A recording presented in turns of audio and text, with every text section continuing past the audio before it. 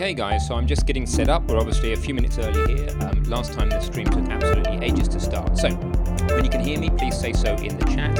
I just want to assure, whatever, that everything is working here before the time actually comes. So, say hello, that would be cool. Starting to form an agenda for the stream over here. What we've got, a new thing down the bottom of the screen, is telling us what's going to be coming up in the stream, or what we're currently talking about. That's really going to help you to navigate the video after the event. In fact, we're going to use this same process for our new videos. So I'm not assuming anybody can hear anything at this stage, but what I'd like to do is just ask you to confirm as soon as you can hear. That's perfect. Hi Chris, Klaus. Great that you can hear us. So as always, there's going to be an invite for people to join us on Skype if they want to. So that's going to be an open invite towards the end. If anybody wants to come in earlier than that, just shout up in the chat and I will let you come into the conversation. So I have Skype available. We can talk about that as and when we get there. So I'm not going to do much in the first couple of minutes because it's not fair on those people who are turning up on time and I'm starting early. So I'm just getting all my windows arranged. When you see me look over that way, that means that I am looking at a different monitor, which gives me things like my OBS settings for the streaming and lets me see the live event on YouTube, just so that I can make sure that I'm on top of things. So that's what's happening there. And yeah, I've got the chat up, as you can see. Yeah, the music's loud. Oh, actually, really good point. I probably shouldn't be having the music at all. So thank you for that. I'll stop the music now. And that should help you. So don't know how much you're going to need the audio. I think that we will use audio during this. And yeah, I'm sorry that it was so loud. So there we go. Going to keep an eye on my watch, give it a couple of minutes. So all good. I mean, you probably want a little bit of music in the background, right? It's probably a bit better just to have something. Just let's pick the right value. So how is that for the music? Thank you for being here early to help me out with these things. By the way, everybody, I'm going to be drinking tea during this because I'm British and I'm thirsty.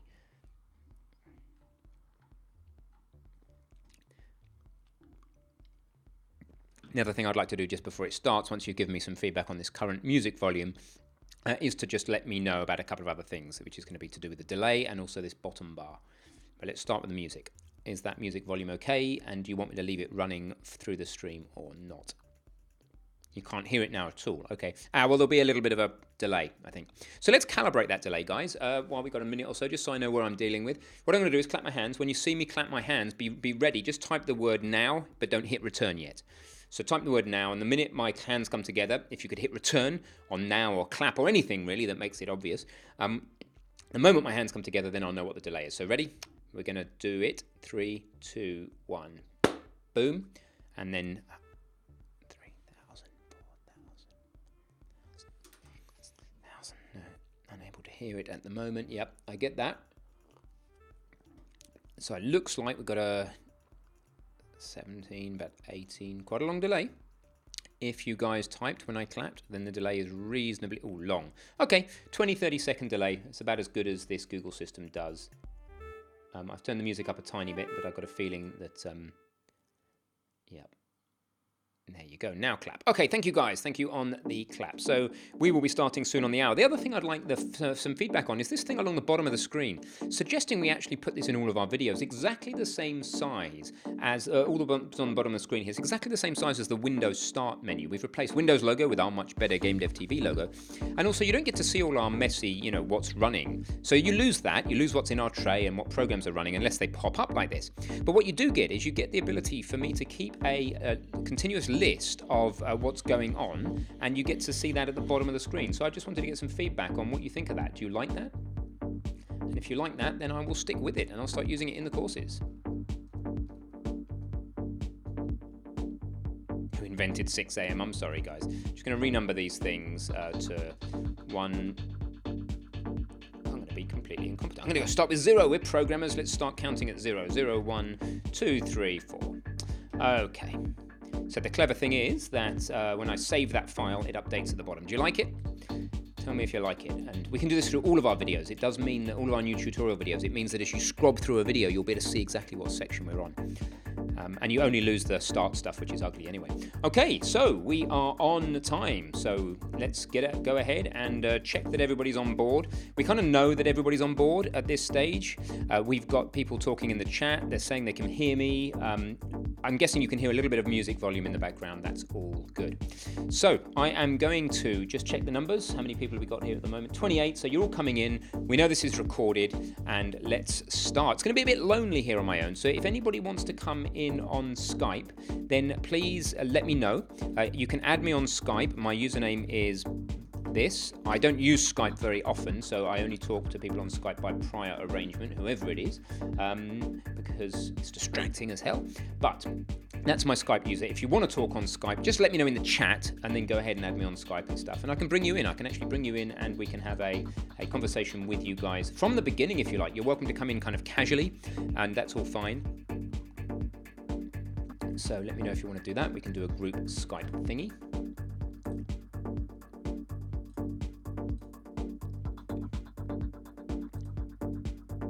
Yeah, it's possible to remove the music. Absolutely. I will just stop the music. I think that for most people, George Rooney, he's able to join for a bit. Well, why don't we kick off by talking to George? So George, if you contact me on Skype, we'll start off with a chat with somebody from the course. I think that's a good idea. And then we'll go from there. Then we'll pick up, show you the progress in the last couple of weeks. We'll leave the Kickstarter up to remind us of what we're talking about in general terms. And let's see if we can get George in. So contact me on Skype, George. I'll bring you in. You can ask some questions.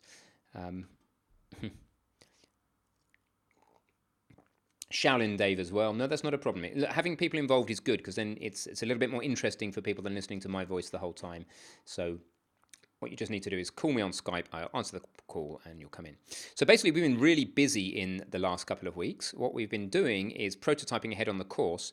And I want to be talking to you about what we've been doing and our progress over the last couple of weeks. So that's what we'll move into now. Here's our repository. We use this program called Get Kraken here, which is a pretty cool repository management program. And you can see that we've done a lot of commits on our prototype project all the way through here. And then Sam has been working with me on it. And then Michael recently has also been coming in. And, oh, I'm looking at the wrong repo altogether. Let's try again. Okay, so I've done a load of work on it. Then Mikey's been coming in and pushing a load of art assets in. Then we've been making spaghetti out of our repository, out of our version control system. And then Rick is even now joining in to do the design of the course, of the game, which is absolutely fantastic. So say if you want to come in on Skype, you need to call me on Skype. And don't worry if you don't have Skype. We could do things another way. We could use Zoom if people are keen to come in. We could set up a Zoom meeting room. But let's do that maybe a little bit further through. I want to just start by telling everybody where we've got to, catching us up with our progress and going from there. So if you're able to call on Skype, do. Otherwise, we'll fix a Zoom room up later. Okay, fantastic. So what have we been doing? We've been putting together a prototype. Let me show you the prototype. So we are trying to just get the very early stages, the first few moments of the game. We're building this initial part of this around a moment. Now, remember that you should by now, most of you have access over on the community site to the RPG Early Access links, I would hope. So if we look on the community site down in the RPG, if you haven't, Lucy will give you access. To have access, your email, well, you need to be added to this group. But Early Access links is here, and we have, remember, these 4 documents, the course syllabus, the 10-page GDD, etc. So I can give you those. I don't know if that'll paste in the chat properly. No, it won't like that. But I can also simply just give you access to the folder that we have as well. But the best way really for discrete documents for previous streams and for GDDs, etc. is here. So we've done a lot of work on design documents, but at some stage we need to stop that and start making a game. So let's crack it open and see what we are doing so far. So we started off in the very early days with a simple combat sandbox, which is incredibly simple and dull, but I shall show you. And so what we're doing there is we're just saying, okay, we need some basics. So we put Ethan in, we put some enemies in, we have some health, etc. We start laying it out in a sane way and start writing some basic code. And then from there, we have gone along to create ourselves a test town. So this is where we're starting to say, okay, we're not committed to an art style yet. So these are all purposefully styleless objects, but we now have the ability to do basic things, like we can point at a spot on the ground, the guy will move there. We have a health bar, which won't look like that, of course, but it's just got some texture to demonstrate that the way that this health bar is working is using texture offsetting. That means that an artist can come along and put any quality of health bar on here that they want. And then we've got the basic collision going on, etc. We've also got gamepad control. Press G to enter direct mode, so we can do all of that. So this is a point shortly, as soon as Rick has done a little bit of play tuning to get these guys actually dangerous and to make it a little bit of a challenge and a little bit more of an interesting arena, then we will have a moment that we can build the initial part of the course around, and then we've got a kind of basic skeleton. So the art style, not decided, but there's plenty of stuff going on in there. So that's where we are with the early prototype. It's nearly a game that we can enjoy. It's also got quite a lot of sound effects in it. I don't know if they're suitable for public consumption. Let's go. I don't know if you can hear them. You probably can hear them. Let me turn my volume up so I know what you're hearing. So this is a combination of either Sam, I've been up for hours. or I think that was Sam, or Mikey. Random noises at this. Here we go again. Another day of adventuring. That's me with my daughter in the background, I've been up for hours. and so on. So it's picking, what it's doing there is that the player has a voice, and they have an array of death sounds and start sounds, and that's us just bunging in placeholder sound assets. So from the beginning, we have got some simple sounds going on. So that's an outline of where the prototype is. As it's very close to being an initial styleless but generic moment-based game where we've got gamepad control, mouse control, we've got cursor affordances here. You see the cursor changes into probably easier for me to maximize this for you. You'll see the cursor when you mouse over, say, an enemy, it changes into a little sword. Not the final sword, of course. And the cursor also has the ability to say, well, what I'm hovering over and what I'm raycasting to is unknown. So you've got a question mark. So yeah, that's the very, very early prototype. So what I want to do is dive just back into the chat and see what questions you've got. Not seeing anybody trying to hail me on Skype here, so I shall leave that. How are we doing? 40 people watching. Hello, people watching. Great to see you. So let's answer some text questions then about the prototype as it stands. Of course, there's a bunch of other things going on here while we wait for those tech questions to come through. One of which is that we have now got a Discord channel, which you probably know about. Now, I'm not holding this event on Discord simply because there's no way of giving you guys a kind of unique lounge. But I'm going to paste the Discord invite into YouTube for you, the YouTube chat for you now.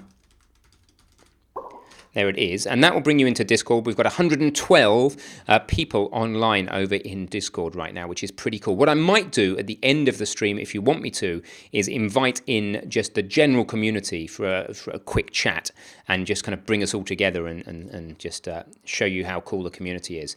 So if there's time, we'll go general community Discord chat if time. Okay. So that's one of the things we've been doing in the last 2 weeks. Another major thing that we've been needing to do in the last 2 weeks is work out how we're going to teach you. If you're an early access person, the cast is on now. So I shouldn't be reading Discord. So they're just telling us that. It's very busy over here. Do take that Discord invite from the YouTube chat link here. And it's pretty cool with 100 people simultaneously online. And if we dived into a voice lounge now, it would get really busy. But I don't have a special place for you guys yet, so I'm not going to be worrying about that too much. Your special place for now is the GameDev.tv forum under the Unity RPG section. And then you've got the early access locked section. If you can't get access for any reason, come along and look for Lucy and find Lucy. I think you just have to send a message actually under here, messages. Send a message to Lucy Becker and she will add you to the necessary group. Okay, so that is that. So what are we doing in the chat? I'll talk about collaboration and get cracking unless the chat pulls me somewhere else. Yes, of course, Shaolin Dave will be using GUI later on. I just don't want to commit to too much UI at the moment. In fact, in things like Diablo, you can disable or enable those. We'll probably have health over some enemies, but selectable. But yeah, absolutely. So glad you like the Discord community, guys. That's cool. Still trying to get slightly used to this windowing. So I'll talk about feedback. That's one thing that's going on. I'm going to close this. So the stream's running and solid. I'm not going to worry about that one too much. Get rid of my Twitter. This is the first time I've done it with multiple screens. So the benefit is that this stream started up and ran a lot easier. Disadvantage is I'm not used to multiple screens, so you'll just have to bear with me a little bit on that. Great, so let's talk about collaboration a bit while I wait for the questions to come in. I'm going to try and keep an eye on the chat. If I miss something in the chat, do let me know and I will revisit it. So we're going to teach this, and I'm going to talk a little bit later on in the stream about ideas for radical course format. I might try and slightly change the way we deliver on this Kickstarter for you guys. I think we'll get a better result if we do it, but it needs to be with your permission and with your understanding. So let's talk about that in a bit. But let's talk about how we collaborate on this thing. So I understand that a lot of you guys are single developers, right? And that collaboration is not that important, but I think that we can hopefully cover this for those people who want to work on their own and expand into other people working with them and those people who are already working in a team. And of course, the solution here is source control. Now, we tried something called Plastic SCM before we went over back to Git. And Plastic is a pretty cool, potentially a pretty cool system, but we just didn't get on with it. The promise of Plastic is a couple of fold. Let me just show you this thing. So what it's supposed to be is a version control system that allows you to deal with really big assets, art assets, and allows you to lock files before you start working on them so you don't get clashes. Oh, I edited the scene and he edited the scene. But in trying it, it's a bit buggy. Git just isn't. Git's been around for ages. It's got a cost associated with it. If you run a local server, you end up adminning your own server. That's a hassle. If you use their cloud server, it's not free and the system's not bug-free.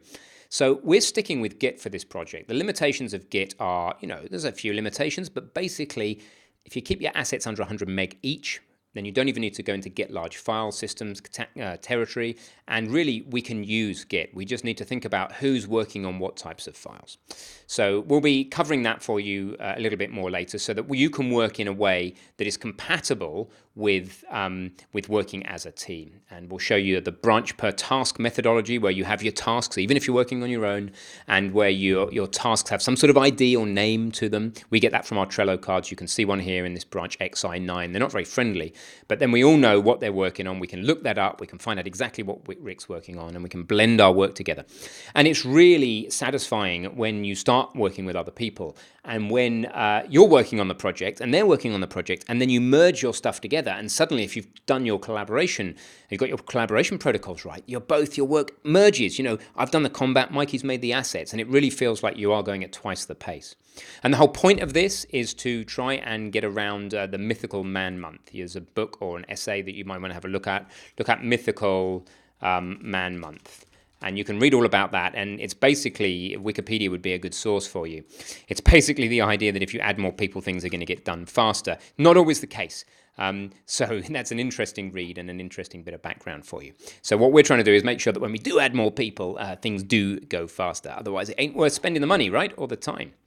So our progress has mainly been this couple of weeks on the prototype. Let me just keep myself honest with that and see what the dates are here, if I can see. I'm not really used to Git Kraken. You know what it also is? Git Kraken changes depending on the width of the screen.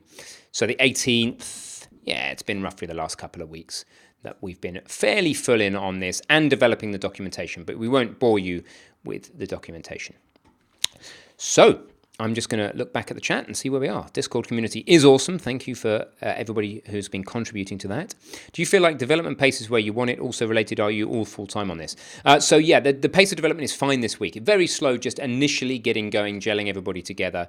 You'll find that just like pulling a truck, not that I've ever done that, but let's say pushing a car, that it's harder to get started than once you get going, the momentum builds. So I did a big handover with Sam. He'd done a load of coding. I did a big handover. At one point, we spent half a day discussing how one method should work because I hate things called out parameters. I don't know if you know about out parameters. If you do, just to get a measure of the audience, just say yes or no to out parameters in the chat for me. Out parameters. Do you know what an out parameter is?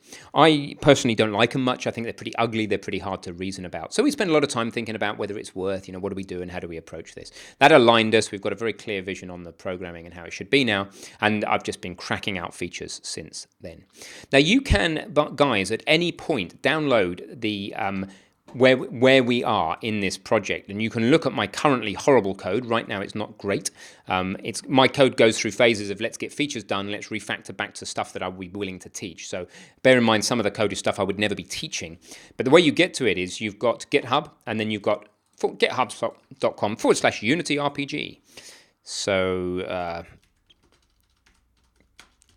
there it is. I'll give you a link to that. And then what this will allow you to do is go into the game, and you can, I would stick probably on the master branch. You can look at our feature branches if you really want, but I probably wouldn't bother. Wait till we've merged into master. And then you can go ahead and you can go into the assets, and you can read the code files, etc. So the code is not in fault. So this is another thing you have to decide really early on, is how you're going to organize your assets, right, once you're in Unity. Well, what a lot of projects do is they come along and they create a load of folders like scripts, like all that sort of stuff. But look, you've got a filter here. Why have a folder called scripts? What we're doing is we're organizing it by game object or game object group. So player has all the stuff that we need for player in it, all the sounds, all the scripts, etc. If I really want to see all the scripts, I just hit this filter there and say scripts, right? And that's all the scripts in the project. So that's just how we're choosing to do it. Folders are folders. In Unity, things move around really easily. So that's not a problem. So that's another thing you have to decide. You have to decide on naming conventions. You have to decide how we're going to make sure that when I'm working on one thing and somebody else is working on another, that those changes don't conflict with one another. And let me just turn my watch off. I thought I'd done that. It's pinging away.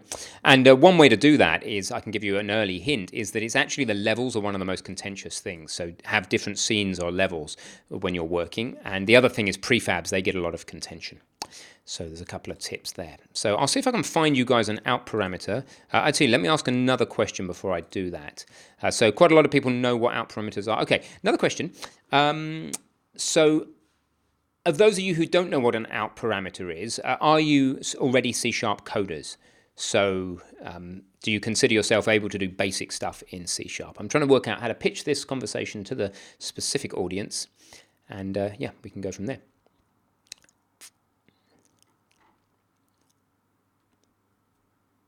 I may not spend a lot of this talk talking about out parameters because, yeah, frankly, it's a little bit boring. Well, it's not. I mean, it's interesting, but it's only interesting if you're the right audience to find it interesting. So let me know what you think.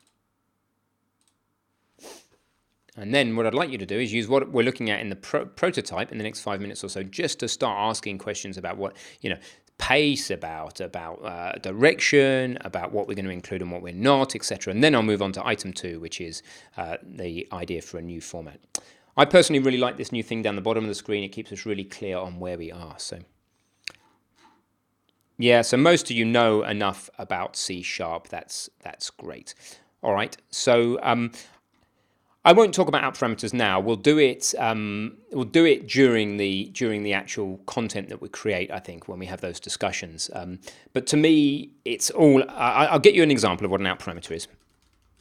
Out parameter C#. Let's bring it up, briefly talk about it, but not go into a big discussion about it. There you go. This is what you want. What is better, a return value or an out parameter? So an out parameter is like, so Stack Overflow is always a good thing. So an out parameter is like this. It's where I'm going to call a method. Let me just expand this up for you. It's a public method, but it returns nothing. The method name is getValue, and yet what it's actually going to do is it's going to put the value into an integer called x. Which is a bit odd. It's an argument that's actually being mutated, or a parameter that's being mutated. And I just don't like it, especially when you've got a second return type here, like public void raycast and then something.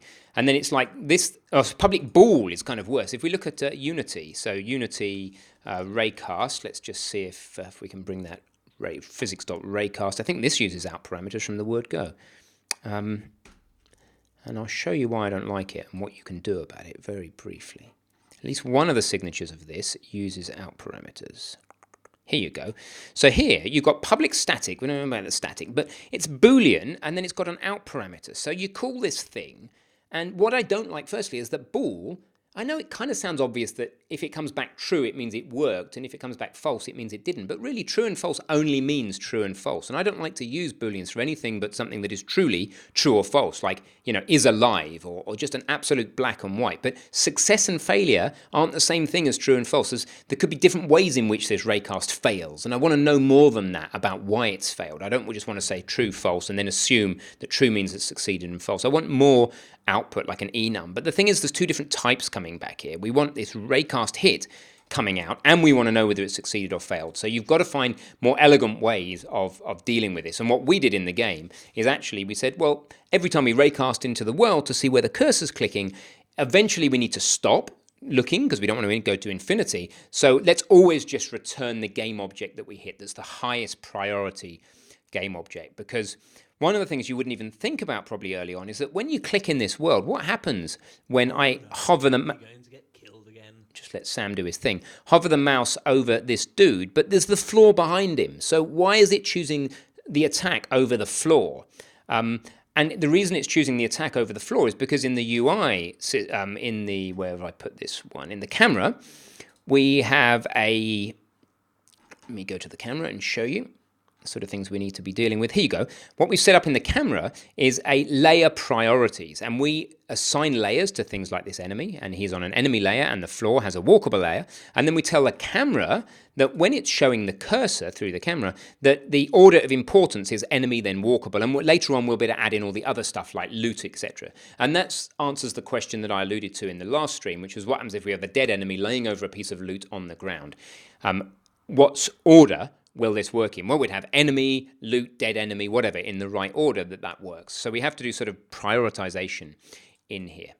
And so that's what we end up doing. So we write code that does this sort of thing. Skibbity-bippity, and then I'll move off this just in case you guys are bored stiff of hearing about raycasting and out parameters. But to me, it's really important that code reads nicely.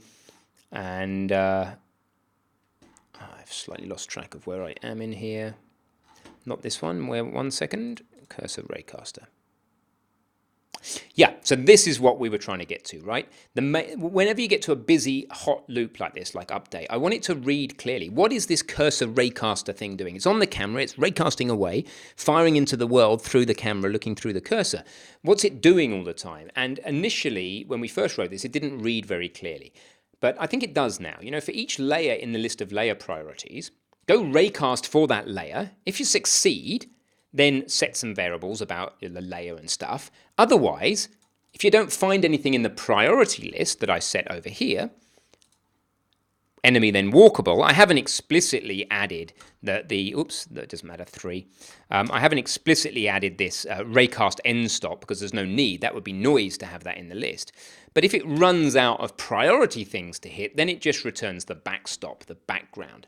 And that's the type of thing. So there's a load of little incidental complexities. You say, oh, just wave your mouse around and it will change cursor type. Lots of things to think about. Anyway, enough of that. That gives you some idea of the progress. So yes, we're happy. We have a way of you guys working together.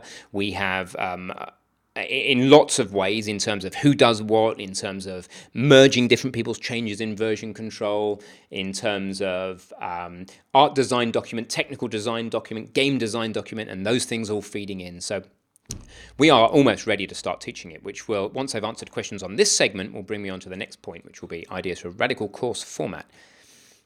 So let's have a look at the chat. Yes, no, yes, no, yes, no, yes. Okay, cool. Well, I really would like to bring somebody else in. So if you bear with me 30 seconds, I'm just going to see if I can get us a Zoom meeting room, because that is easier for everybody to get into. All you have to do there is click a link, and then suddenly you're in, and you can just join in, talk, as long as your microphone's set up. If any of you are going to come into this Zoom room, please do me the courtesy of making sure you have headphones on first. Otherwise, we are going to have horrible feedback. Okay, so that would be great. So questions, please, what I'm waiting for. I know there's a 20 to 30 second delay. I'm waiting for questions on the initial prototype. I'll leave it up on the screen for inspiration for you guys, and I would just like to hear that. It would be great.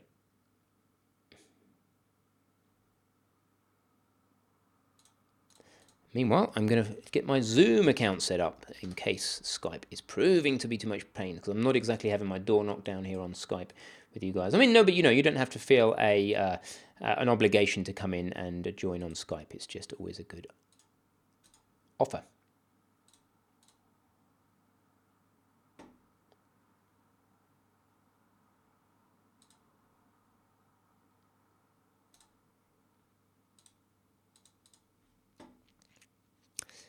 So, no questions coming in about Zoom. The chat's still working, so I'm not about Zoom, about the prototype. So I'm going to move on, unless you guys give me a question pretty quickly.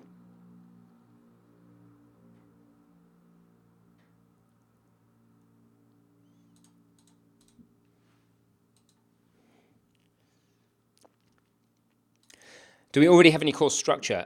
Yes and no. So yes, we have quite a lot of course structure, and it depends on how much we change our ideas about the course structure. So yeah, I've got quite a lot, but you see, the more course structure we try and put now before we start teaching, the more that's a guesswork as to how it should pan out. The other courses have all been very much, we have a loose, what we call a T structure. So we know what the outline overall is going to be, and we know pretty deeply what the first teaching segment is going to be, but of course we don't have the rest of that rectangle, if you see what I mean. You've got a bit along the top and a bit down the side. The rest of it will come as we build the course, but the idea is that the width of the course, we've established that, and we know the depth of the course, so that we know we can deliver on that width, and then we will fill out the rest as we go. So I'm getting you an invite link now. So Zoom, join us on Zoom. That should work for you just fine with any luck. I'm just going to configure my sound devices over there, and I will look forward to seeing you on Zoom if you want to. Just join in. It's as simple as that. I got killed by the bridge troll. Oh, somebody, okay, well done, Ninja Chimp. You've already come in and downloaded it and run it. So it's a little bit, normally when we present you with changes, they'll be at a slightly more less buggy stage, but look, it doesn't matter. What we're going to do is show you the process. Yeah, that bridge troll's pretty strong. Rick has done no play tuning yet, and there's not even any level design in here yet. For example, these buildings shouldn't be where they are because you can walk around the back as a character, and that was my son, and then you can, you're not seen. So that's just bad level design when we have this fixed camera perspective. Also, the camera perspective, Rick is going to be changing. I've done nothing that relates to game design whatsoever in terms of anything to do with play tuning, anything. I've just focused on the architecture. And Mikey has purely focused on having basic, very early assets available, and the process of how we're going to collaborate on those into Unity. And then Rick has not started yet, but will do by the next stream. Tony, you are joining us. Can we hear you? Try saying something. We have a Tony joining us on the stream. So he's looking confused, like maybe he's going to run away when we go public. So other people want to join us on the stream on the Zoom meeting would be great. Because it's always good to get live chat in here. So we've got Teapot's come in as well. We've got Tony and Teapot. So Zoom seems to be working. Hello, Teapot21. Question is, can we hear you? That's the next question. Oh, we can hear something. Sure. Well, I can hear something, which I presume means other people can hear. So if you want to talk, and people can just let us know if your volume's good, then you can ask some live questions, and then I will move on. Well, things are working on my side. Not sure if you could hear me. Yep, I can hear you. I think people could have probably heard you with some echo. So do you want to just try again, Paul? And then we'll just see whether they can hear you clearly in the chat without echo, and we should be good to go.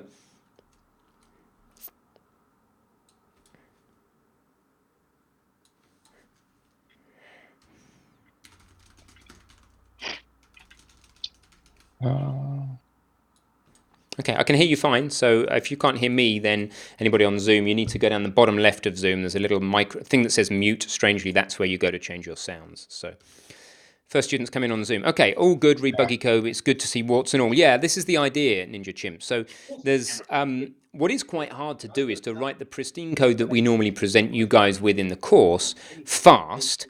Have you guys seen the triangle? I might just draw it up for you now. I think this webcam resolution's high enough. Let me just show you a little triangle that I talked about before. One sec. And the process of how we're going to collaborate on.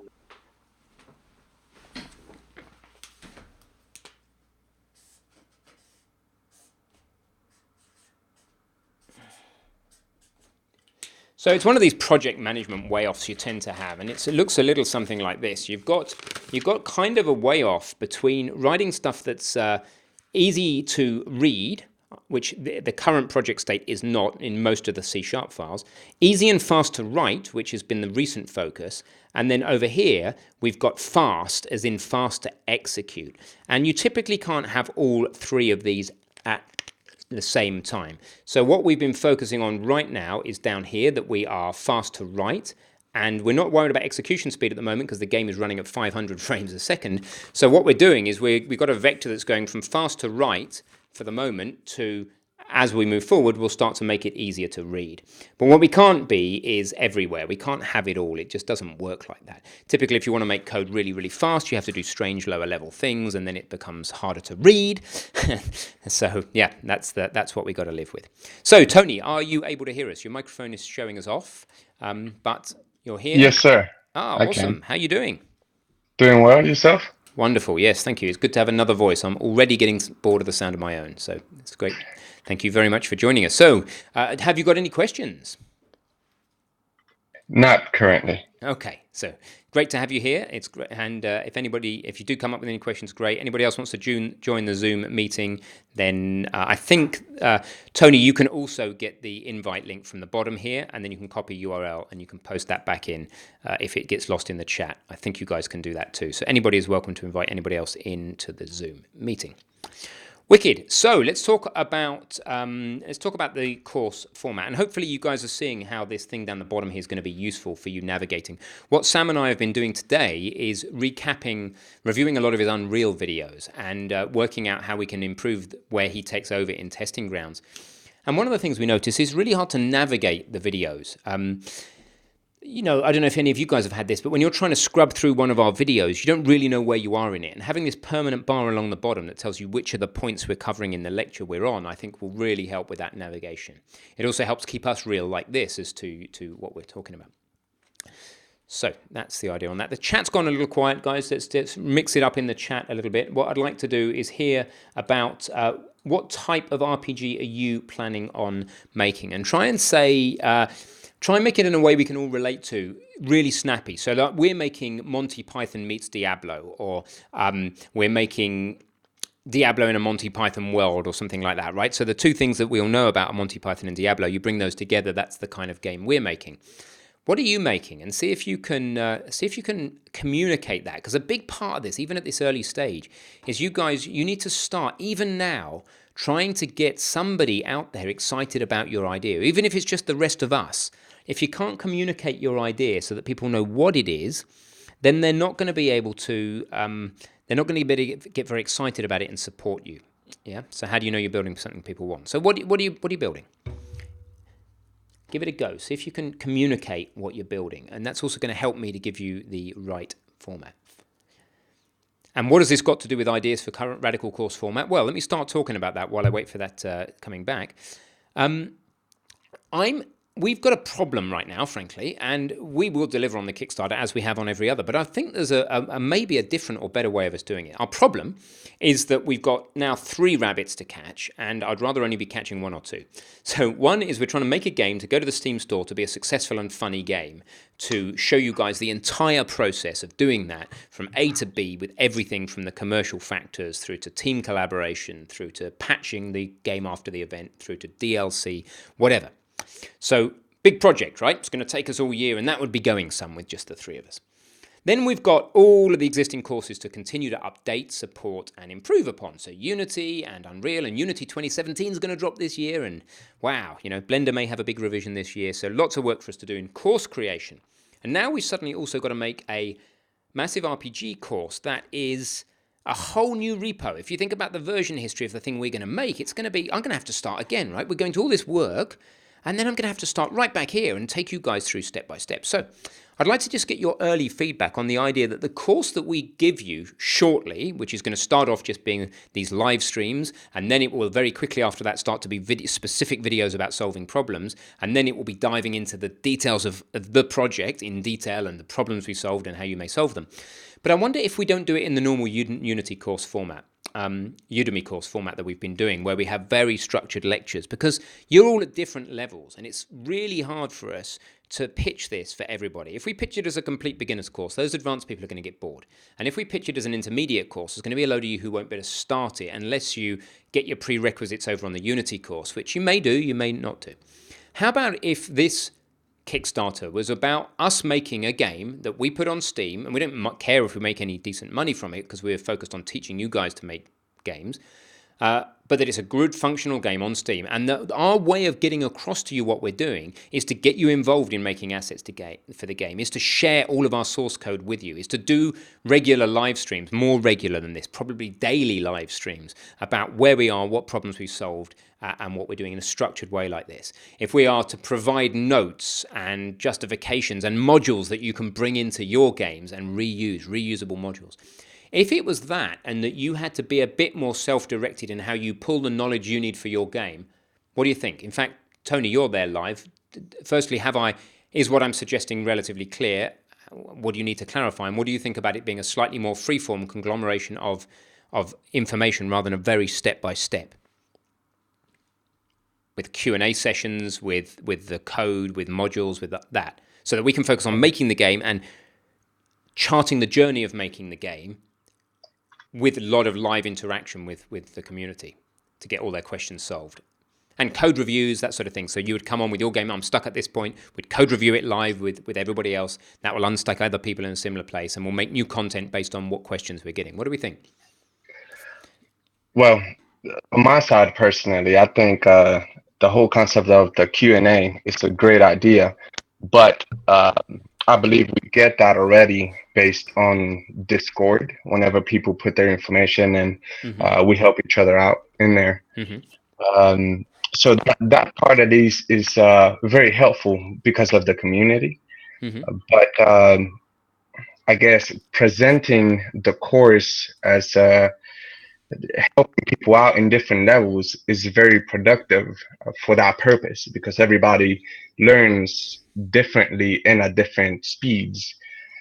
But also the concept of structure does help to go back whenever we miss something, or we don't have to ask the same question twice. Yeah, absolutely. So to clarify a few things then, and please keep more. Thank you, Magnus, by the way. Big shout out to Magnus for direct and honest feedback there. So this is a very early idea. I had the idea today that we may do it. So it's very nascent, and I need to get an early feeling as to whether this is something that we should proceed with, or whether we go down the route of just taking a structured course that is at a particular level. That's going to slow down the production of the game, but it's got some pros and cons. So it is a mess at the moment, you're quite right, and that's the idea of a really early idea, and you share it with other people, you get some feedback on it. To be clear on those Q&A sessions, there'd be live Q&A sessions with us as a team, and it would be code reviewing your stuff as us code reviewing your stuff, rather than also having other students do it on screen share, etc. So a little bit richer than just the Discord thing there. So Tim likes it, and Magnus thinks it's a mess. Don't have the motivation to stick with it, even though I have a lot of programming experience. You need more structure. Yeah, so there would be a pretty strong structure. We're talking about a Udemy course here, and we'll probably co-host it on a site called Teachable, because I know that you guys have, it's just a course hosting site. I know you guys have had a lot of problems consuming content on Udemy because they've had player issues. We want to make sure that you've got another option. So it would be a structured course. It will chart the chronology, the narrative, the journey that we take making the course. It would be a little bit less of a strict, here's every single commit that we representing the code that we write in the lecture. It would be more bringing in code from our project over there and showing you how it integrates together. So the backbone of it from a code point of view would be the existing repo. We would be taking you into this repo, tagging commits, and helping you to navigate this and say, right, so in this video, we're going to be, in this discussion or video, we're going to be covering how we got this far. The endpoint is here, so you can go and get that from GitHub, and you can check it out, and you can take our assets from there, take our components that we can add onto your game objects, and we'll be challenging you to repurpose those components into your game and then reshare them out with the community. The idea is that as you go through the course, instead of building our game, you build your game. That's what I'm kind of getting down to. If we make this course like we've made every other, when it's one long big game, my concern is that you will at the end of it have built our game. And it's such a big project for you to stick with that will you then have the time and motivation to shift all that knowledge over to your game? And if you try and take our course in our existing format, building your game, that's hard to follow along, right? Because it's not the same thing. So the idea is that this is the thing that you follow from an inspiration and code base point of view, but you build your game. And our thing to do is to facilitate you in building your game using our game as a backbone. That's the idea.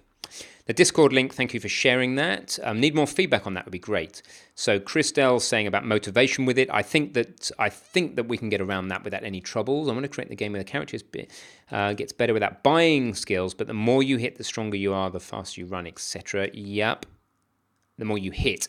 Yep. Okay. So that's fine. I mean,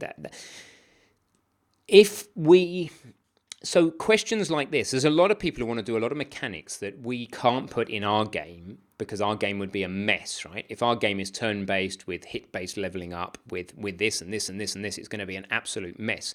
But what we can do is guide you guys to create components and create architecture that allows you to do these things and show you how you would integrate it and get you to help each other create modules, integrate them, etc. Get the artist amongst you to make the assets needed, get the designers amongst you to tweak parameters and design levels, and get the coders amongst you to create the code that's going to make these things. So more structured approach. So a lot of you are saying structure. So I'm going to write that down in big letters for myself, is that you need a lot of structure.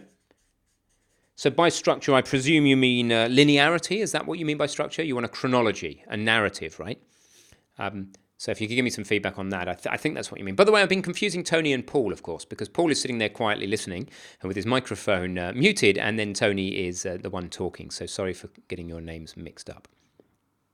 Given time zones of work stretch in the live stream. Yeah, so any live streams would be doing them, mainly sane times in the UK. But they'll be recorded, and then there's also, we would like to create facilities for circle groups where you guys can help each other. Just go over to Discord and see just how many people, 130 people over there right now. A lot of people helping each other out all the time, including in voice. So Discord's going to be a great tool for us.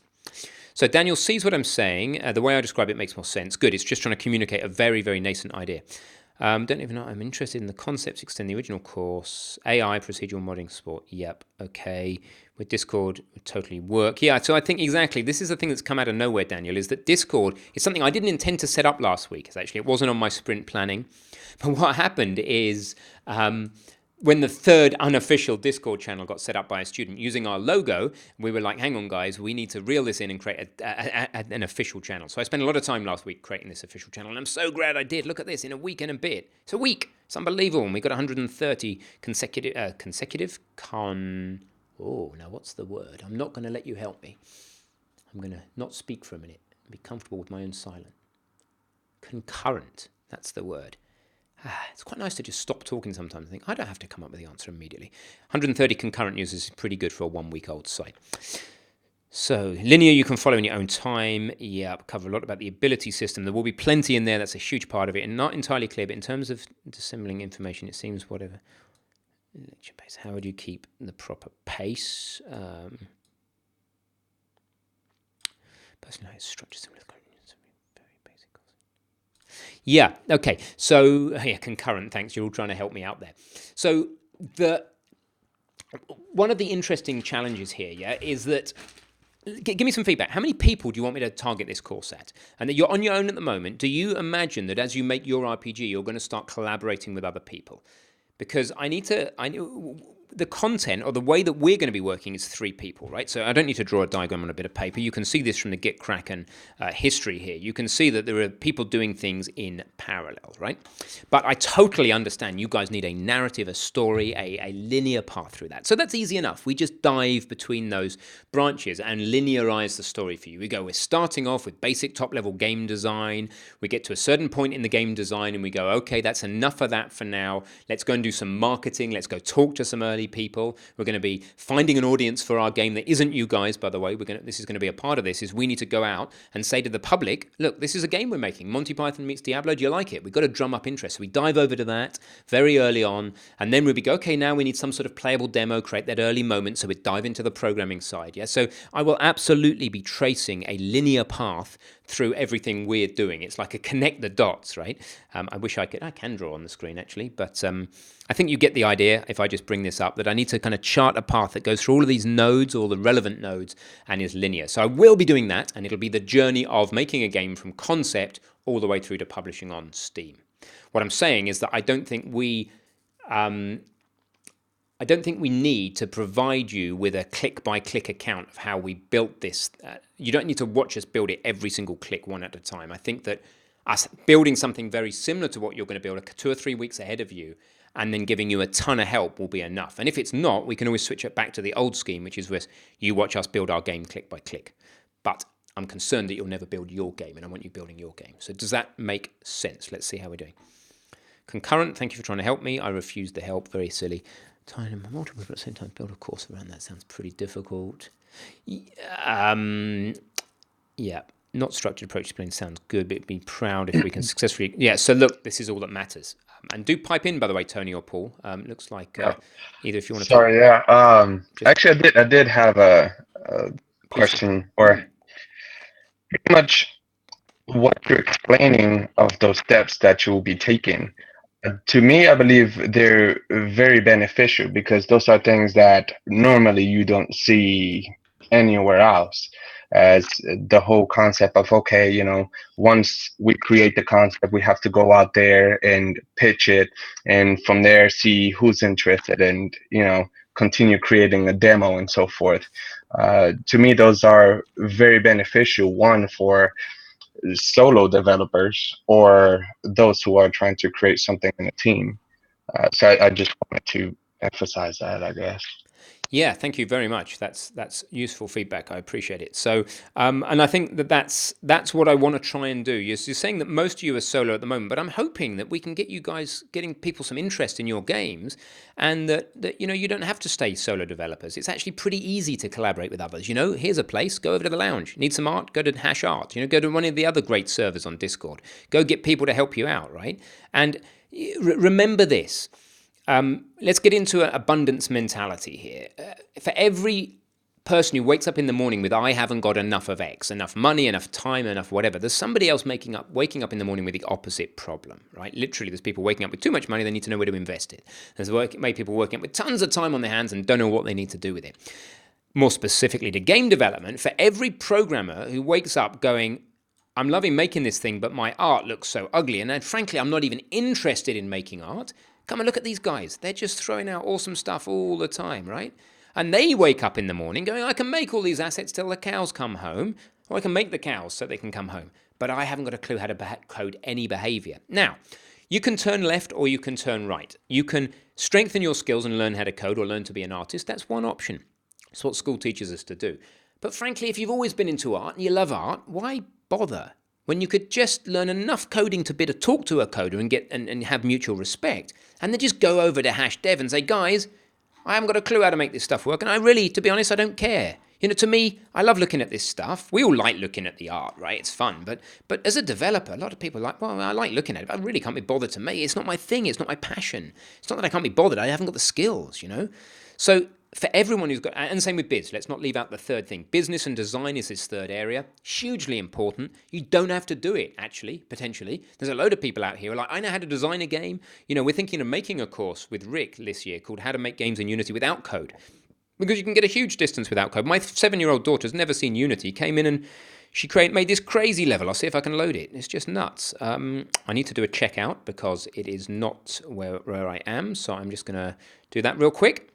She has never seen Unity. She's unschooled, which means homeschooled, but more radically. We won't go into that today, which means she can't even read yet. They don't start to read in that scheme until they're a bit older. So she can't read, and that's perfectly normal for a unschooled kid. She's never used Unity, and yet look what she did, bless her. She comes straight in here. I left her for 20 minutes. She goes, oh, let's make this the sword world, works out how to assign textures, puts a load of other things into the world.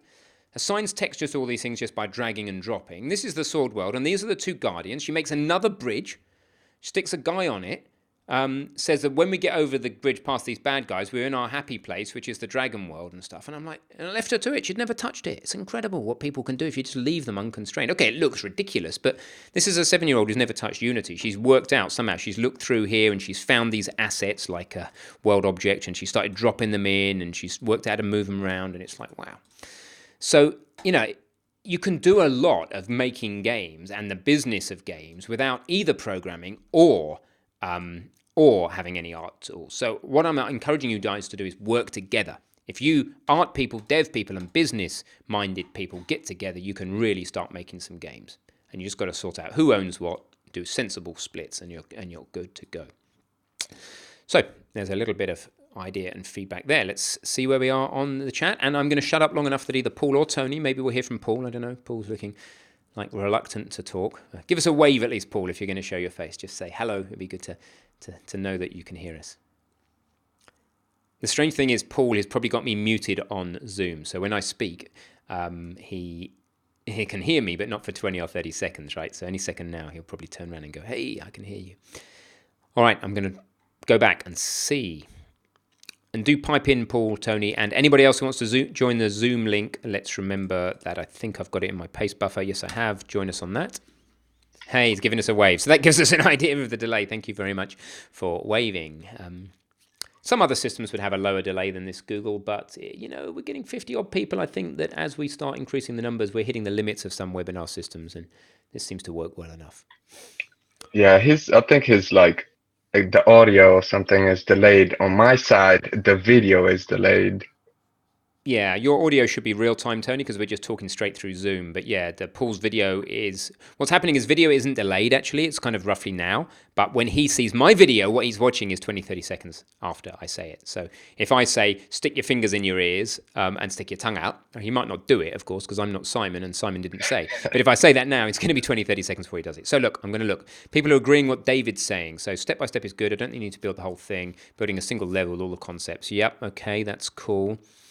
Bit fuzzy of this freeform content and the point of reference. Can you compare contrast with the Unity course? Yeah, I do need to make it clearer. And to be honest, you know what, Zendog is I think what I'm getting from this conversation is why don't we try it?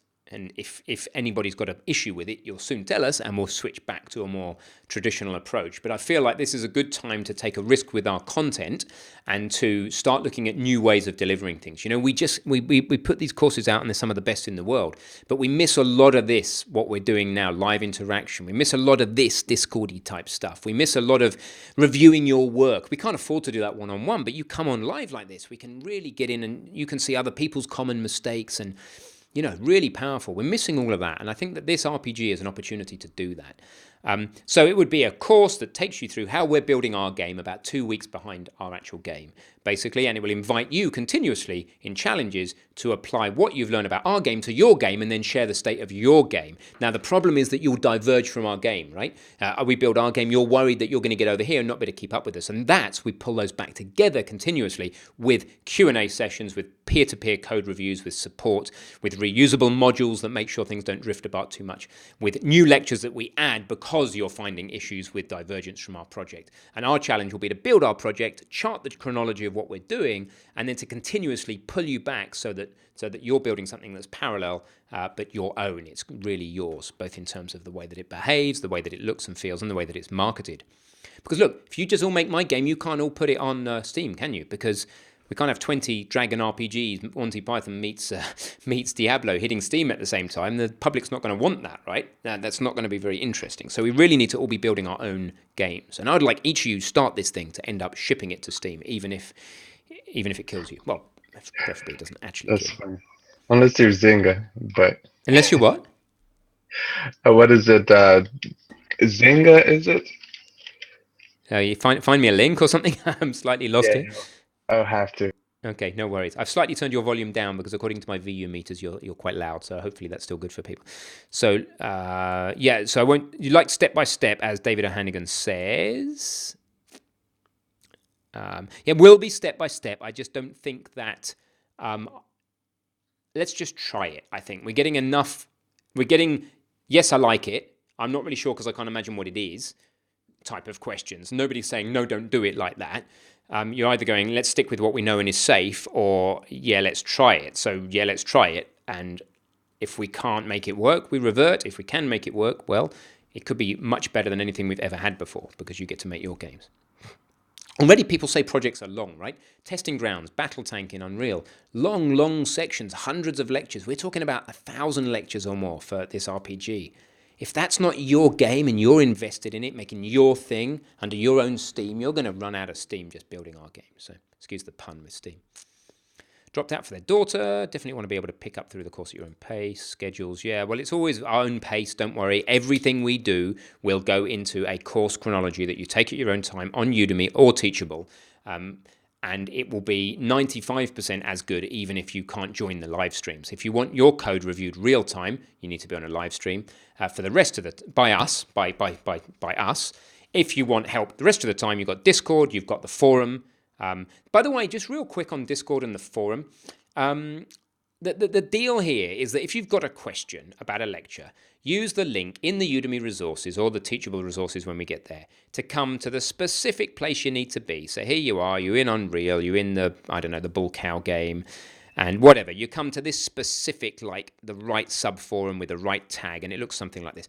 Do the other students the favor of writing it up here with code formatting, just real quick, so your question's clear. Then grab the question URL, go over to Discord, and tell the people over on Discord. Discord's looking really weird right now because of my screen. Tell the people over on Discord, look, hey guys, think about whether it's dev, art, or biz. I could use some help on this question. Paste the URL in. They can go and read the question that you've thought about. It stays around. They can give you some real-time help. And you know, if you don't get any response at the time or what you want, your question's still on here, people will still get to this. So use it as like a waterfall system. You start off on the forum, you go to Discord for real-time feedback, right? I think that's going to work better because what's passed in Discord is gone. You know, it's like Twitter. Once it's gone, it's gone. So I just want to give you that. All right. Freeform will get that insight. Okay, step by step is good for people who have less experience. Less structure will offer more rich experience in the end. That's the idea, Sean. One of the good things about your course, Ben, is your ability to explain what's going on in your code as you do it in clear, concise manner so we understand it. Yes, Kevlar, thank you. I appreciate that. Freeform doesn't seem like we'll get that insight. Well, I wonder, shall we try it? Shall we try something right now? Shall we try grabbing something we've written and maybe I talk you through it? In fact, tell me whether you want this. I was going to suggest that I open up, spend about 5 minutes. I'll put it on the cards. I suggest what we do here is try reasoning way through code. And I might rename that. But what that means is I would open up a code file that we have already created, probably something to do with the camera, like we already did. Have a quick look at this camera Raycaster. And I will talk to you about what we've written and how we've written it. And I will challenge you, but you actually won't do the challenge in this, to apply that knowledge for yourself, but without writing out every single line. So the question we don't know the answer to yet is, can you absorb and learn the coding that way, provided that at the end of me talking about why we wrote ours like this, that you can achieve, you can succeed in a challenge. Maybe you need some help from Discord, maybe you need some help from us, maybe you need some help from the community side. So do you want us to try that? If I spend 3 or 4 minutes talking you through this class and why I've done it, and tell me if at the end of it you feel like you could write a similar thing for yourself, or that you could decide that you don't need to bother and you'll just use ours, which we need to do in this project. You're going to have to let go of the idea that you write every single line of code, because that's just crazy. You're not writing every single line of code anyway. Look, when you drop a third-person character in, like this dude, he's got a third-person character script, which is all these lines of code, 200. And you're using them whether you like it or not, or you write it from scratch, which is nuts. You've got to get used to, this is somebody else's code, this is how it works, this is how I read it, this is how I change it, like I rip bits out, etc. So should we try that live? Or if not live, just say in the chat, well, not live, but we get the idea, you know. Yeah, let's rock it. Let's try it. I'm going to need to get a glass of water in a minute. If there's, I might hail my wife for a glass of water. That'll be risky though, bringing up my chat history. Maybe I won't. You would rather the collaboration route? Yeah. Progress, you need to collaborate, just putting this out there. Yeah, you do need to collaborate. Yeah, you're getting it. You need to collaborate. To build a game, you're going to stick on the asset store. You know, it's not only that. How many Jonathan Blows are there out there who make, he didn't even do Braid on his own or The Witness, and they're amazing games. But not many people can do most of it on their own. Not because they're not good enough, but they're not interested enough. Yeah, how many people are, what you're asking, yeah, to actually make a successful game, you're asking to find somebody who is, well, bad, basically, bad to the bone. You're trying to say, we want some dude who's really interested. Actually, I'm one of these people. I'm just bad to the bone. But I just have diverse interests. Basically, I'm all over the map in terms of my interests. But I love business, genuinely. I'm quite good at it, and it interests me, you know, so I do that stuff. I also love development. I love art creation, so I'm not really good at all three. So I kind of sit in this segment here, if I'm honest with myself. And here's an exercise, actually, and this would be the sort of thing we'll be doing in the course. It's some other personal development stuff. Get honest. Why don't you guys draw yourself 3 circles now? Or just, you don't even need circles. But what I want you to do is type in the chat whether you're a BD, a BAD, a BA, or DA, or what you are. My genuine passion and interests are here. I lose track of time when, and this is a good indication of what you love, right? And let me just leave this in the history here. So ideal radical course format. What we're going to do now is we're going to be discussion of your passions stroke collaboration. What I'm going to do is I'm going to set that as the thing at the bottom of the screen by saving this file out, and then you can find it in the video. Cool. So new idea. Lots of new things here. So are you guys bad? Are you AD? Are you BD? Are you BAD? You know, realistically, I'm just not fired up about the arts. Why didn't do the Blender course? I'm interested in how Blender works and the technicalities. I could get good at art, I suppose. I'd have to put a lot of time in. But I haven't, and I don't. And a lot of you probably aren't interested in some one of the segments. What are you guys? And get honest. And if you're not bad, then you can't do it on your own. I'm sorry. So you've got DAs, we're going to have a lot of district attorneys, we have a bit of ADs, a bit of attention deficit disorders, a bit more of a D. We have some more DAs, some BDs, some business developer calls. That's good. So look this Pantalemon dude, you want to hunt him down, find out who he is on the over here, you know, and you need these business people. You're going to be more rare. Jim's a BD, cool. Do we have any BAs? DABs, we have DABs, BADs, DBAs, we have some all-rounders. AB, art and business, you see the diversity? Very few of you are all three. And those of you all three, so George and Teapot, and those of you who are all three, do you want to work on your own? Do you want to be the person who creates this game all on your own? Or would you rather actually end up working and collaborating with other people? BAD, yeah. BDA is cool, eh? We can be bad or yeah, digital analog broadcast or... If I may, Ben. Hey, somebody's talking to me. This is nice. I really like not hearing my voice. We'll go to that code in a minute. Hello, nice person talking to me. Who is nice person talking to me? It's Tony. Tony. But my thought is possibly people would love to work with others. It's just there's that I guess that bit of scare because they don't know how the other person would work or if they're willing to put their share per se, and sometimes that discourages others or like myself in saying, well, do I want to look for somebody else or do I just want to prevent that and do things on my own? Yeah, so that's the control thing. It's letting go of control. It's control and certainty, right? And you've got to. There would be a shame not to work with somebody else because of that fear, right? So part of this is this is all part of what we want to teach you and help you with. How do we get slowly into bed with somebody else so that we can kick them out quickly if we want to? You know, hire slow, fire fast. Are you even hiring them? That's not a very enlightened view. Maybe you're not hiring them at all. Maybe you're just equal partners. There's lots of ways you can do this, right? So I've just realized that my Zoom is going to expire. So I need to quickly just pay for that. And because I have lots of course completion systems over here, let me just do that real quick. The good old text expander. It's going to take me about another 30 seconds and then we should be able to carry on. So hopefully that'll go. Upgrade and then... Okay, so what we want to do is provide you with the processes to deal with that. And that is something that can be learned, right? It's not something that just comes about from nothing. There are ways of making sure that you have a way out, that you get into bed with each other slowly. What Tony, Paul rather, would be your fears? So give me an example of the sort of thing that you're concerned about. What's a typical thing that you're worried about happening?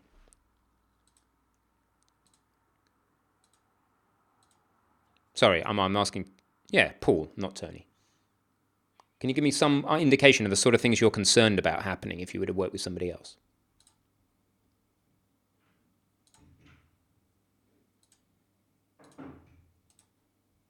No? Have we lost the voice?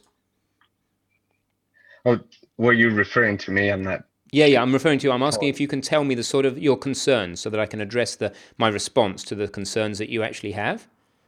Gotcha. Well, I guess it will be comes down to business per se. Yeah, just keep going. So you're telling me, and the reason I'm doing this exercise is you're not going to be by any means the only person who's got these concerns. So I want to know what sort of things are actually concerning you. Okay, then yeah, it would be, I guess, in the concept of business. Whenever you're trying to, say, okay, well, if we put this much time, this can possibly be a benefit for both of us. Um, Yeah, okay. So there's lots of, look, without answering the question now, I just want to reassure you that there's lots of ways of dealing with this. So I've got a blog from ages ago about something called vesting. So this is one thing you could base, if I can find it, or just don't use my blog. There's much more qualified people. Just look up vesting, right? And this is something we can talk about early on. Is how do you get in working with somebody else, and the basis that you know that neither of you are going to get paid anything for the moment because you're making this game. But if it's successful, you want to make sure that it's fair. And what you can do is you can be dealing with points, equity points. You can say, very simple system I've had in the past is this. I go in with a partner and say, look, we think we're going to make this game together. We think we're going to make this project together, but we don't really know how much either of us are going to add. So each month, what we do is we sit down, or each week we sit down and say, how many points out of 5, just 5, let's force ourselves to round them. How many points of value do we think each of us have contributed? Now, notionally, if we are both full-time on the project, then and we're full value delivery on the project, then we get 5 points each. So when some money comes in, if we've got 5 points each, you split it 50-50. And if it's been 5 points each for 10 months, you've got 50 points each, you split it 50-50. But in the months where you feel that one person has added a lot more or less value than the other, then you just adjust the points. You go, no, I think I got 4, or I got 1, or I didn't do much this month. And if they disappear altogether, their points go down to 0. So that they may have like 5, 5, 5, and then they disappear. They've got 15 points, but by the end of the year, you've got 60 points, 5 points, 12 months. So, they've got a relatively small amount. And you can do other things like say, well, actually, if you don't stick with this project with me for a year, you don't get anything, or for 3 months or whatever. You can have a cliff, There's lots of schemes like that mean that you can be sure up front in a very clear way that you address regularly that you know what you're going to get out of it if it succeeds. And if you can't decide on a value between 1 and 5 each month, your communication and trust is already broken down to the point you want to work with somebody else. So having an initial cliff of like 3, we agree that for 3 months, if we don't stick with it for 3 months, or if you don't get like 10 points in the first 3 months, you're out and you get nothing. And the same for me, both sides. So that's a way if you want to be complete partners with somebody. There's always, of course, the option of paying people, but where you're going to get the money from, if there's the option of getting investors. There's the option of pre-selling the game on Kickstarter and getting the money from your customers. There's so many ways of getting going. So I need to catch up with the chat because the chat has been going for a while. I also need to pop outside the office door in a moment because I think my wife just dropped me a cup of tea and my voice will go otherwise. So yeah. And anybody else want to dive in with Zoom, then that is not the Zoom link. That is my business postcode if anybody wants it. There you go. That's the Zoom link. If we can get a third or fourth person, it'd be great. I need to catch up with the chat. DAB, DBA, unfortunately not too good. Not good. Not got. Oh god, not got to go. 780 produce.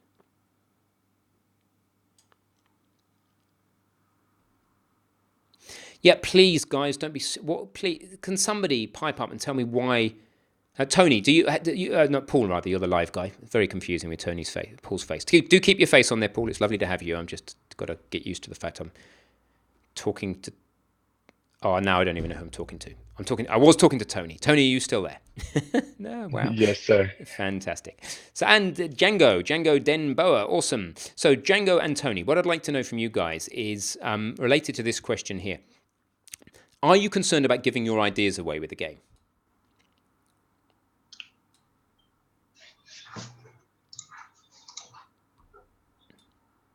Well, I mean, sometimes it is a bit concerning, but I don't think it would be a big issue just because there are other people out there that have the same thought. We're, doing something about it. Yeah. So what I see, I used to be an angel investor, investing in early stage companies. Django, I think it is. Your key presses are super loud, mate. So if you just mute yourself sorry. until Yeah, you I'll speak, quit it. that would Sorry. be awesome. No worries, and just speak when you just careful of the key presses. When I was an angel investor, a lot of people would come and say, "Oh, I've got this great. I need some help. I've got this great idea. And what is it? Oh, I can't tell you." Well, then you're not going to get any help. I mean, look, it's hard enough to motivate a bunch of guys, like a bunch of people, to spend years of their life building a project that they came up with the idea of to get it to market. What are the odds that you go up to some random person and go, "Hey, I've got this idea for Diablo, Diablo meets Monty Python." You go, "That's such a good idea," and you go and build it yourself. And you've got the passion and energy to take somebody else's idea. You've got to have a combination of passion, energy, no ego because it's not your idea. You've got a free time. They've got to drop everything else in their life and suddenly do this thing. It's just crazy. Ideas, I'm afraid, aren't worth much. They really aren't on their own. I mean, if an idea is a 1,000-page game design document, maybe it's worth a bit compared to like, Diablo meets Monty Python. So what? Just an idea.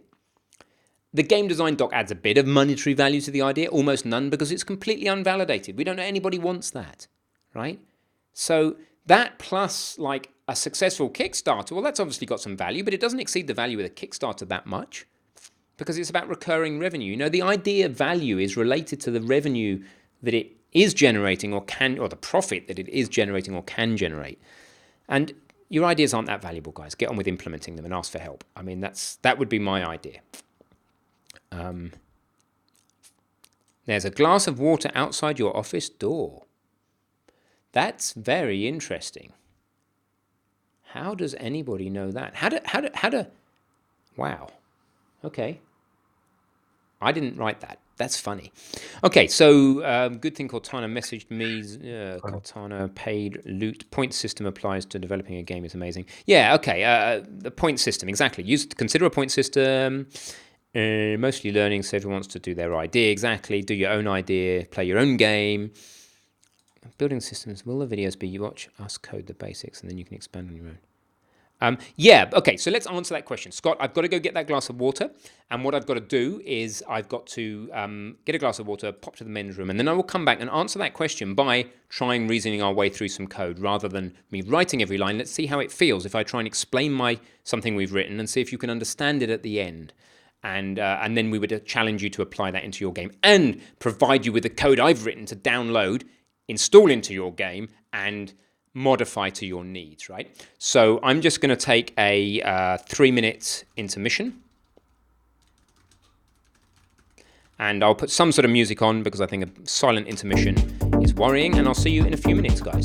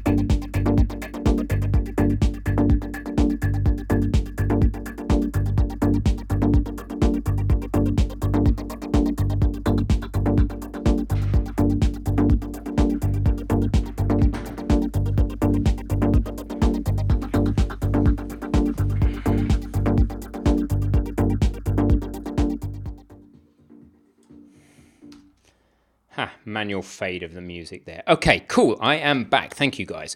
So I actually want to refer back to somebody whose name I can't pronounce. So Magnus Esco, if you're still with us, I'd be interested to know if the idea is, obviously was a mess because it was a mess in my head in the beginning because it was so early stage, but this is something I want you guys to get. Look how vulnerable and messy I was there. You know, I've got a lot to lose. I've got hundreds of thousands of students. I've got, you know, a reasonable reputation. And yet I come out with a completely unformed idea like that in front of some early access people. But it gives me immediate and live feedback. Magnus, we've discussed the idea a lot more. I think you've got a better idea of what's going on. We'll have an even better idea in a minute when we try reasoning our way through the code. Is my idea clearer now? Does it sound like less of a mess? So that's my question. I'd like to hear your response in there. Django, if that's how we say it, and Paul and Tony, you are, as always, welcome to speak. It would be great. Just basically start talking. If it's not a convenient time, I will politely say it's not a particularly good time. I'm just going to try and catch up quickly with this chat here. It's Lucy. Lucy, you rock. Huge thank you to Lucy. Lucy is awesome. Some of you will have seen her on some of our communications. So helpful. And I have the glass of water here. So that is how that black magic worked. Thank you, thank you. And third, thank you. Have an amazing idea or be famous. Yeah, okay. No, not true. Hang on, David. When I did my first Kickstarter, I really want to stress this. I was not famous at all, and I don't think I had an amazing idea. Let's have a look at this, guys, please. This is really important. Don't let the school system tell you that you can't succeed. It's effectively what it seems to be. So this Kickstarter's finished, but you have not missed the opportunity. We're taking pre-sales. This is how I started this whole thing, right? Before this, I was successful in other ways as a consultant in international computer consultant, but not really to do with games. And look, I had no traction whatsoever. I sat down with a webcam in my loft with a rubbish microphone and said this. Now, just have a listen to a couple of things in here, just to show you how sloppy success. So the course right now, a complete Unity developer. All about professional licenses and things. Other Unity courses. Bear with me if I find do all Windows. It's alive in a gaming environment. We're very different to other Unity courses for this. It's easy once you've learned how to do it. Right? Yeah. So we've done that. We've done it with your friends and just all sorts of ambitions about creating a way. We may be going to getting feedback through the course and what retro games. iOS, as well as all the with no coding experience. Okay. So one thing I did in this thing. I'm Bruce, and we're going to be creating the ultimate Unity 3D development course. Whether you are one thing I did in here for a bit of fun was to walk on my hands past the screen like that. I thought, you know, maybe something should be a bit odd, but you can do anything. In one of the other ones, I got a guinea pig out, right? That's only one thing I did. I basically hit. We didn't hugely successful, but it was 1,000% funded. We hit on a need that a lot of people had. And I didn't even have any idea that many people would have the pain that they don't know how to solve Unity. Now, to use Unity. I made a slip of the tongue in this video. I said, guys, we're going to teach you in JavaScript, not that horrible C++. JavaScript. So firstly, it's Unity script. And I said JavaScript. And then I made another slip of the tongue and I said, in C++, it doesn't even use C++. And anyway, the best language to teach you was C++. So what happened after that? I went over to the Indie Game Developers Forum. I thought, here's a good idea. Let's hop onto Facebook and let's dive into an established forum with 50,000 people in it and say, can I share my Kickstarter? They go, sure. So I share the Kickstarter and they go, look at this monkey. He's talking about the wrong language. He's teaching you the wrong choice of language. He doesn't even know what C++ is. In the end, because I listened so carefully to what they said and changed on a dime based on their feedback, that became one of the most supportive and useful groups to us, and they get pledged more than anything else. You don't need to start with a reputation. You need to start with vulnerability, and you need to just be honest and open and be lucky enough to hit upon a need that a lot of people have, and then have the ability to solve it, the balls to say, I can solve your problem. Now, with games, it's the problem you're solving is something we really need to think about, and we need to think about in the design of the game. But it's a bit different to like a business proposition, right? The problem I solve is you guys, want to make games, you're not quite sure how. But if you've got a game, it's like, well, what's the problem? I mean, nobody really needs Doom, right? You don't need to play Doom, but you're filling a hole, an emotional hole in those players who have not getting what they need from their current repertoire of games or from life in general, and you're filling that emotional hole for them. So, Okay, for Game Dev Studio often says that if you can't show your idea in some visual form, no one's going to buy it. Yeah, it's got to be visual from the word go. So in the RPG Kickstarter, so I totally agree with that one there. That's a wicked thing. Svetlin is when I did the RPG Kickstarter, one of the main things we thought, we just need an impactful image. So this image here, how did we do that? Well, I think I went to iStock Photos, said let's just spend a few quid, and it is a few pounds, like literally a handful of pounds, on a dragon fire or something. I thought we need a dragon, we need to, oh, there it is. Is that familiar?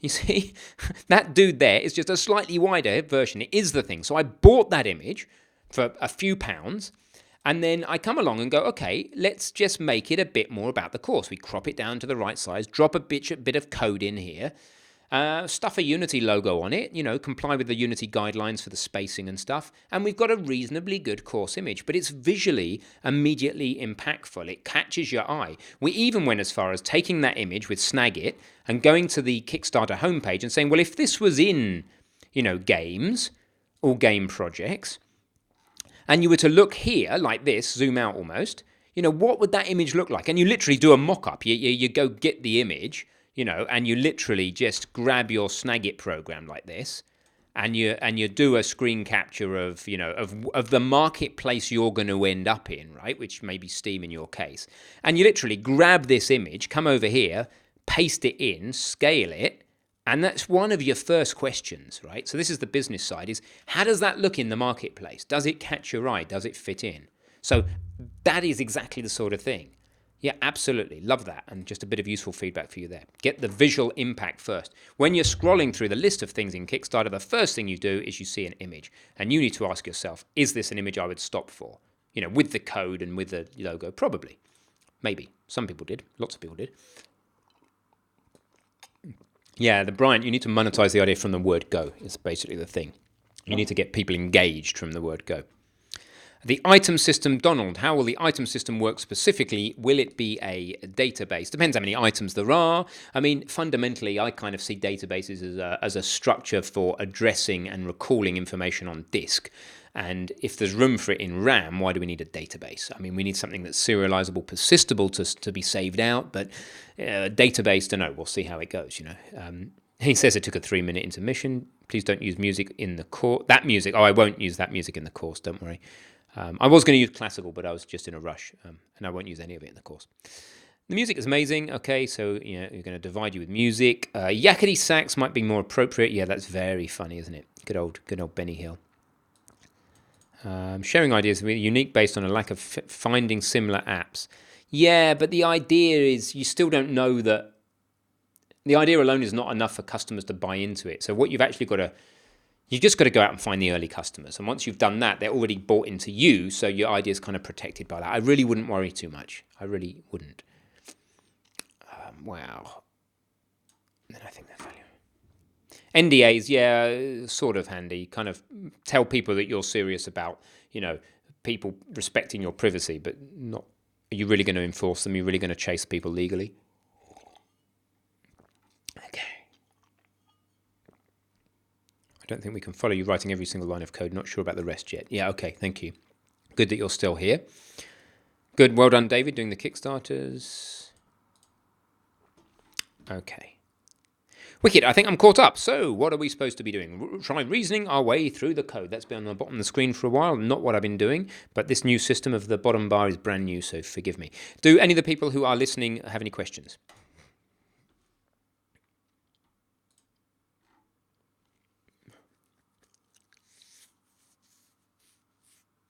Nothing here.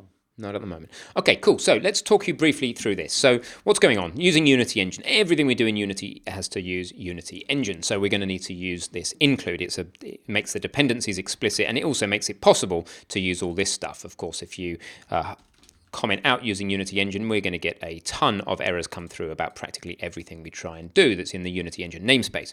Here I'm namespacing everything to RPG because later I'm going to start specializing into RPG player, etc. Why would I do that? You've probably noticed that when you write code in Unity, that once you've written a class that's not namespaced, i.e. by default when you create a script it looks like that, that you can just call anything from anywhere. That gets a bit dodgy as your project gets more complicated. In fact, there's a very useful tool you can do a 30-day free trial of called ndepend here. And this will actually draw and show you the dependencies between all of your different parts of your project. The problem with not having a namespace is that when your project gets big, you're going to start making the player rely on the enemy, rely on the camera, rely on the loot, rely on the inventory, rely on everything else.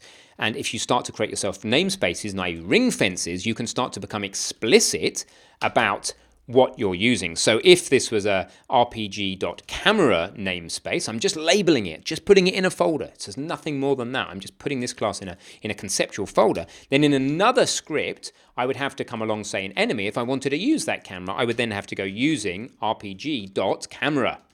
You see, now I've explicitly, it's grey because I'm not using it down here, but I've explicitly exposed that this class, enemy, is depending on the camera, okay? So namespacing is there. That's why we would be doing namespacing. Then we don't want to string reference our layers inside the game. I hate string references. String references suck. The way that Unity actually deals with layers does use strings, but we want to create a way of not dealing with strings. So we've actually made a little class over here called layer. We can go and have a look at the definition of that. It's very simple.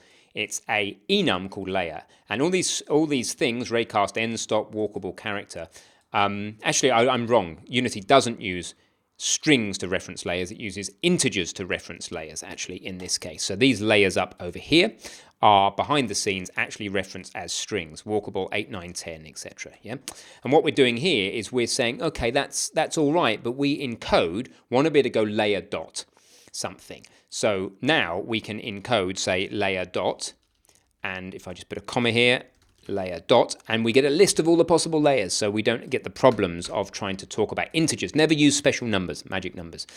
So what this does here is it just exposes a list of layers as an array over on the camera with the default value of enemy, then walkable. So what does that translate to in Unity? It translates to the camera. Skibbity bippity. I need a level with the camera. I need a more sane level because this one's my daughter's one and there is absolutely no organization of the hierarchy. Bless her. Of course, we can't expect that. And that just creates this thing on the right here down by the camera raycaster. It's an array of layers and it gets a couple of default values. So that's what that does. What I guess I would do is, in a minute, I'll throw it back to you guys. Oh, see, camera's out of scope because of this namespacing. So I wouldn't just dive in and go on about namespacing. I may introduce it here, but if you've never heard namespacing before in the Unity course, which you haven't, or in this new style of course, I would at this point break you out and say, guys, I need you to go off and explore namespaces, and I want you to go and try writing a script that has a namespace, accessing it from another script and seeing what the impacts are. Then we would come on either in that video or in a future video, and maybe Sam and I do a talking head talking about namespaces, the pros and cons, and then we get into reviewing the rest of this code, which a lot of this is quite self-evident. We're exposing various parameters. And then, you know, we talk about the main loop structure. I'm not actually going to do it now in any more detail. I did the detail at the top. And then we would say, right, guys, you've got this thing. You really want to be focusing on the main loop, how that works. Go get it from the commit history. You find out where this was added. Camera raycaster.cs is, you know, it's in GitHub. You can go to github.com or you can use the source control to go and find that file. You would do it like this. Let me just show you. And you'd be over on the RPG repository, which I'll repost that link for those of you that want it. RPG repo is here. Oops, that's going to link. That's good. And you're going into game, and you're going into assets, and you're going into camera, and then the camera raycaster.cs is right there. Yep. So there's the script. You can copy and paste it. You can use source control. You can clone. You can do what you like. So we would talk you through it. May obviously spend longer than we just did. And then we would ask you to integrate it into your project and then use it to log out, maybe in the first instance, what your camera is hitting. In fact, my project does do that all the time. So if I just need to save some code because I was messing around with namespaces. And if you look on the console, as I click, it says cursor raycast hit cube, cursor raycast hit bridge. Yeah. So I'd challenge you to do something like that, to integrate it into your project, put it on a camera, set up some layers, and then make sure that your priorities work in your project. Share that back with the community. Share that back with the in Discourse and Discord, and prove that it works in your project, and then we move on. So that would be the sort of structure. What do we think? Enough talking. And what do you guys who've got voices, actual real like mouthy voices, think?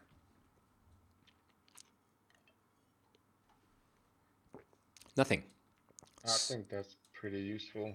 My I do have I guess a question be on like would delegates be something beneficial when it comes to I guess seeing what the character is doing, whether he's staying idle, attacking, and so forth by having events on him. So you're asking how are we going to deal with that, or? Well, right.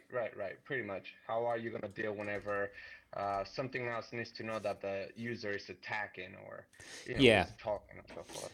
So I'll answer that.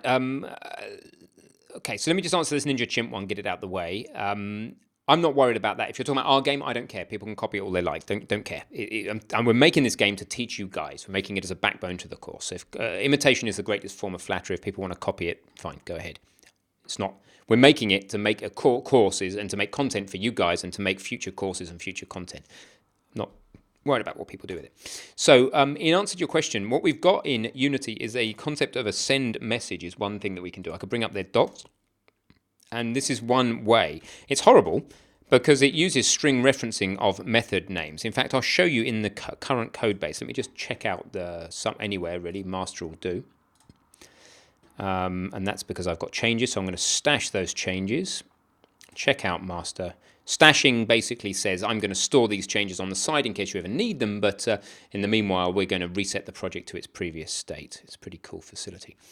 And reload this, and then we'll just look at it a little bit. The player damage system is horrible right now because I've written it for the player and I've written it for the enemy, and they're almost identical, and it's horrible, but it doesn't matter because we're going to refactor. Remember, you do things twice, and then you refactor on the third time.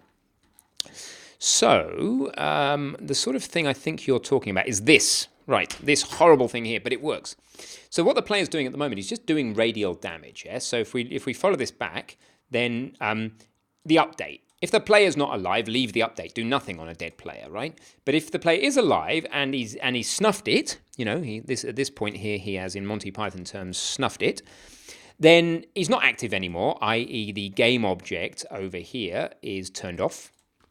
We play some death audio clip at a point in space because once you've deactivated the object, the audio clip won't play otherwise. You change his skin to his material to a ghost or whatever, but once you've deactivated him, that's no longer necessary, so we can get rid of that. Sorry, you set the boolean he's not alive, and then you deactivate him. I'm reading the code wrong. But what we're doing I'm not sure where we're doing radial damage. Oh, it's the enemies doing the radial damage. Bear with me a second. I'm just going to show you where. So this is where we. Bear with me a second. Periodically damage player. Player.take damage. Damage points per enemy. Have I implemented that yet? Don't think I have. One sec.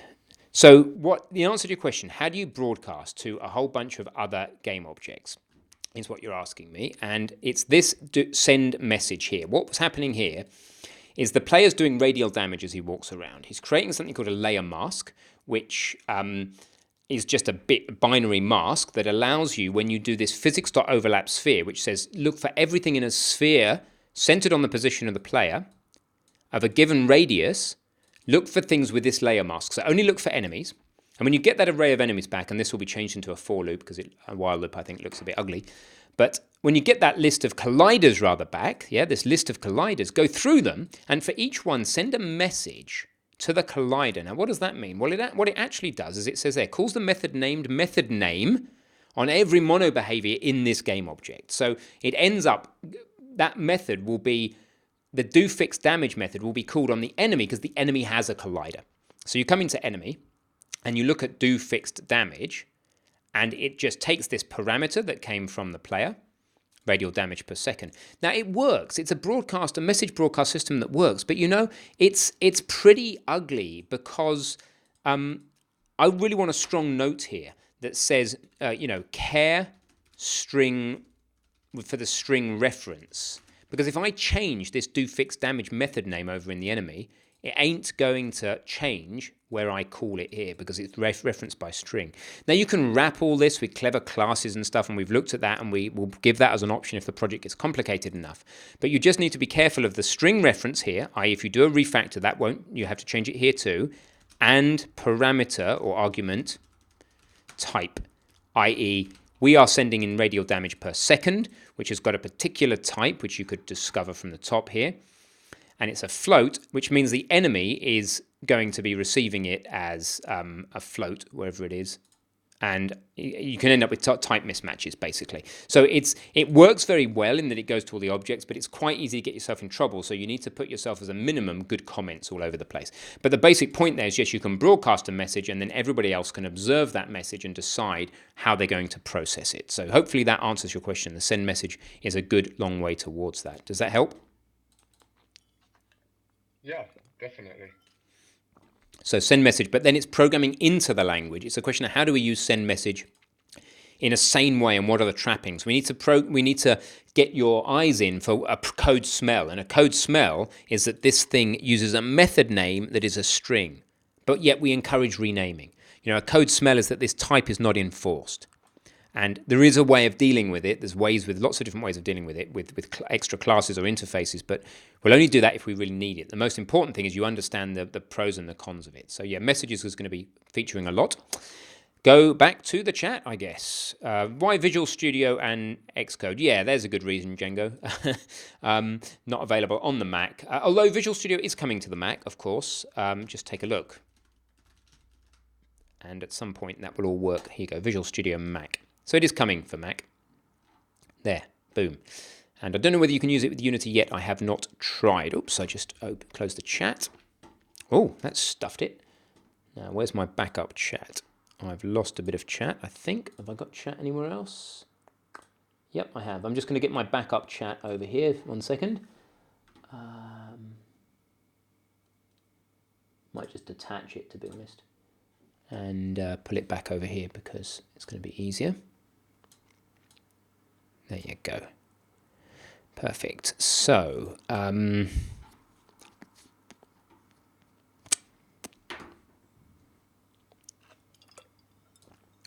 yeah, these cul-de-sacs, Zendog, as we talk about, we try and minimize dragging you through the mud a little bit. And the problem is that if we don't drag you through the mud a little bit and then take you back, is that you don't, of course we could take that out, right? We could edit it out.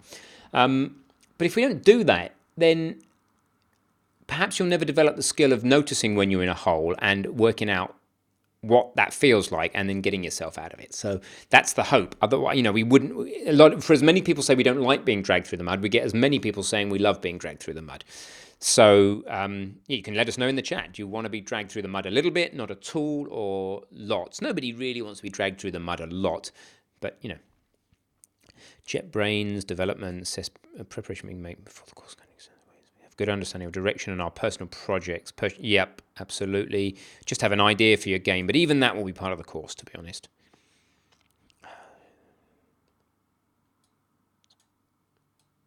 Yeah, we will, Danny. We're not quite ready yet because the art there's no art style right yet, as you've seen. It's just generic. We have an ADD, an art design document. I can show you that if you like. I'll link you to that as you've asked about art. So let me just go and link you to that real quick. So we have an art design document.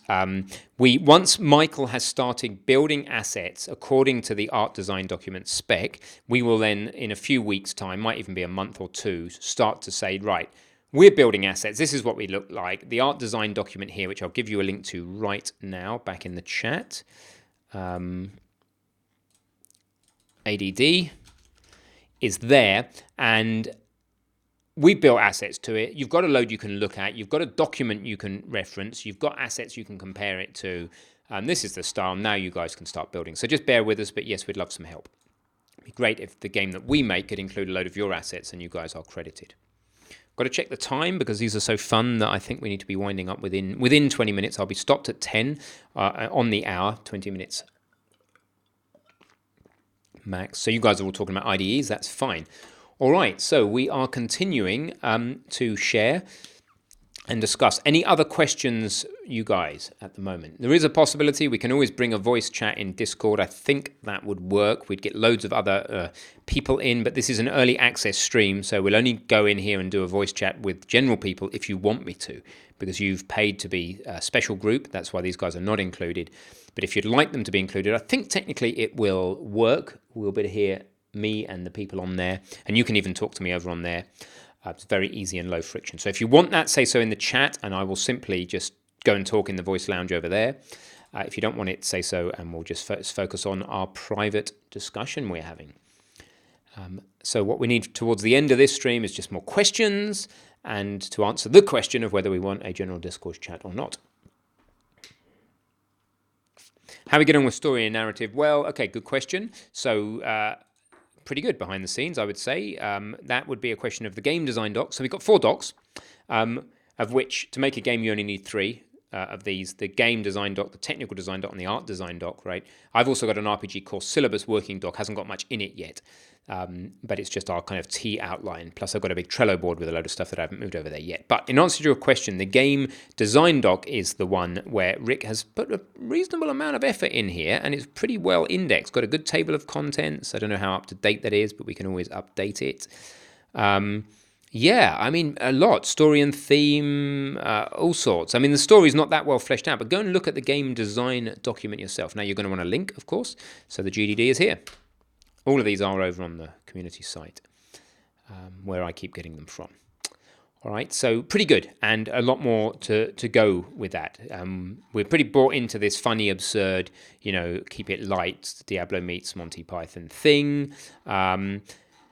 Yeah, I've got a little bit of a challenge on next, which is how on earth we're going to make combat work properly on a controller as well as a mouse and keyboard. But I think it's going to be simple enough. It's going to be like Diablo. The direction you're looking will have a visual cone, and then in that visual cone, the nearest enemy will highlight or something like that, and we'll see how that goes.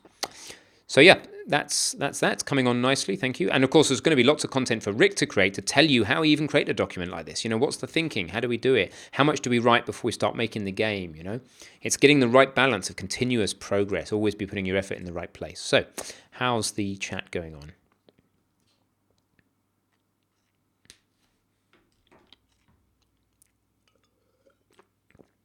Scott, the time frame for the first videos will be early next month now. I think we're a little bit behind. These Kickstarters always are. So early next month we will be dropping the first videos. We'll start by editing up these live streams and putting them in. We'll start by doing talking heads to start talking about the code we've already done, and then we'll start putting in February structure to help you navigate your way through our project, to follow what we're doing and how you're going to make use of that. Start scheduling more common streams and just start putting the content in, basically.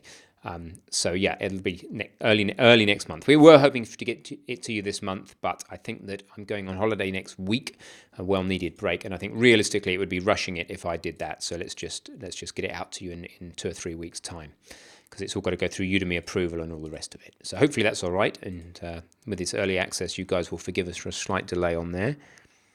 You can make suggestions on the docs, guys. All you do is you highlight the thing you want to suggest, right-click, or not even right-click. Either right-click and comment, or just click over here, add comment. Please do. Let's see your comments come in. I'd love that. And Rick, the owner of each doc, Rick for the GDD, will respond to that. Yeah, best practices, clean code as much as possible, able to reuse and extend concepts learned. Exactly, that's what I'm trying to get across. I want to make things that you can reuse, a bunch of reusable components that allow you to make an RPG. We will make an RPG, therefore we will make everything you need to make an RPG. We will make our stuff decoupled and well architectured as well as we can, and reusable. And then a bit, so you're buying effectively an RPG maker kit, but with those you don't get a proper manual, right? You get this thing, and you've got to go and study other people's code. So what we're adding to that is we're going to take you through it all and tell you exactly how we used it, how to use it, what the theories are, and teach you the fundamentals where you need new fundamentals. I'm going to be thinking, you guys have finished the Unity course, or at least you've got to the end of Glitch Garden. That's your level of Unity knowledge. Any new stuff that we need to make the RPG that you couldn't have found out by getting halfway through-ish the Unity course, we will explain from first principles. Anything that came before that, we won't waste your time going through from first principles. Exactly, Scott. People don't know what they want until they see it in context, is a very useful ideology. So I don't expect you to say yes or no. People are normally risk averse with new things, so actually seeing this as a pretty positive response, in that I'm kind of getting the idea that we should try it and see, and you understand that we're willing to adjust, etc.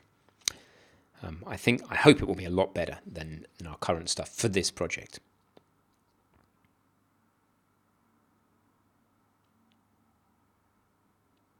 Sharing some of my favourite movies, fantasy movies, for reference.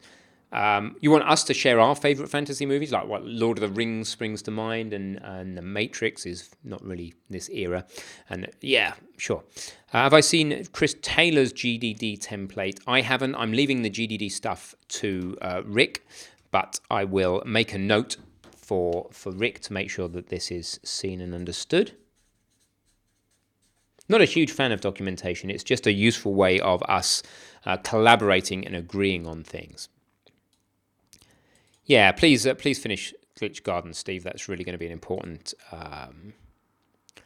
Yeah, less fundamentals, Brian. Yeah, absolutely. But if it's a new thing, then we'll introduce it. But ultimately, we're going to get the RPG done, and then we're going to go back to basics, right? Then we're going to rewrite every course we've ever made, starting in 2018-ish, and next year. Wow, already.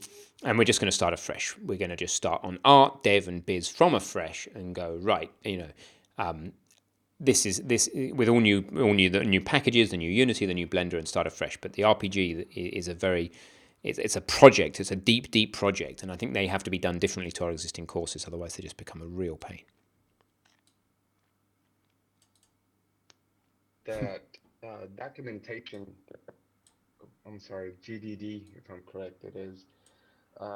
Would that be a good thing to have before you can present, I guess, something to somebody else for investment wise, or in this case, I guess, whether Kickstarter or anything else?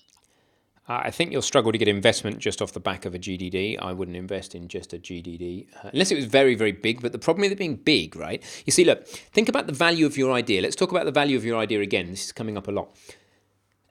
I think information theory comes into this a little bit. Most of the very simple, small ideas that can be represented in a few bytes or kilobytes are gone, right? Back when we didn't have wheels, then you could say, make heavy things move by using tree trunks or rolling them on tree trunks. You could express the idea of the wheel in not that much text, right? It'd be a small text file. And actually, it was a pretty big breakthrough if somebody went off and actually implemented that. But now, just the GDD is not really enough information. We don't have enough information about how this thing's going to feel. We don't have enough information about whether the team that's behind it can actually deliver and implement. We don't have enough information about whether that's what the market wants right now. So the GDD alone is of questionable value. The GDD plus, a bunch of followers who are engaging in your idea and discussing it with you is valuable. I will say it again, and I'll use TMI. The thing that I like to see people parting with consistently to prove some value in your idea is time, money, or information. So if people are consistently parting with their time, they keep talking to you about stuff, they're parting with their money would be ideal, or they're giving you their details, they're signing up to mail lists, etc. These sort of things are proxies for value. Just I've written a document isn't really enough. And if the document's tiny, it's not enough because there's not enough information value in it. And if it's massive, it's not valuable because it's full of assumptions. Because if it's massive without, I developed this with a community, I developed this and it's had feedback on it, then it's just a guess. It's a massive guess. And it's too much inventory. It's too much stuff that hasn't actually been put out to the audience. So I hope that answers your question.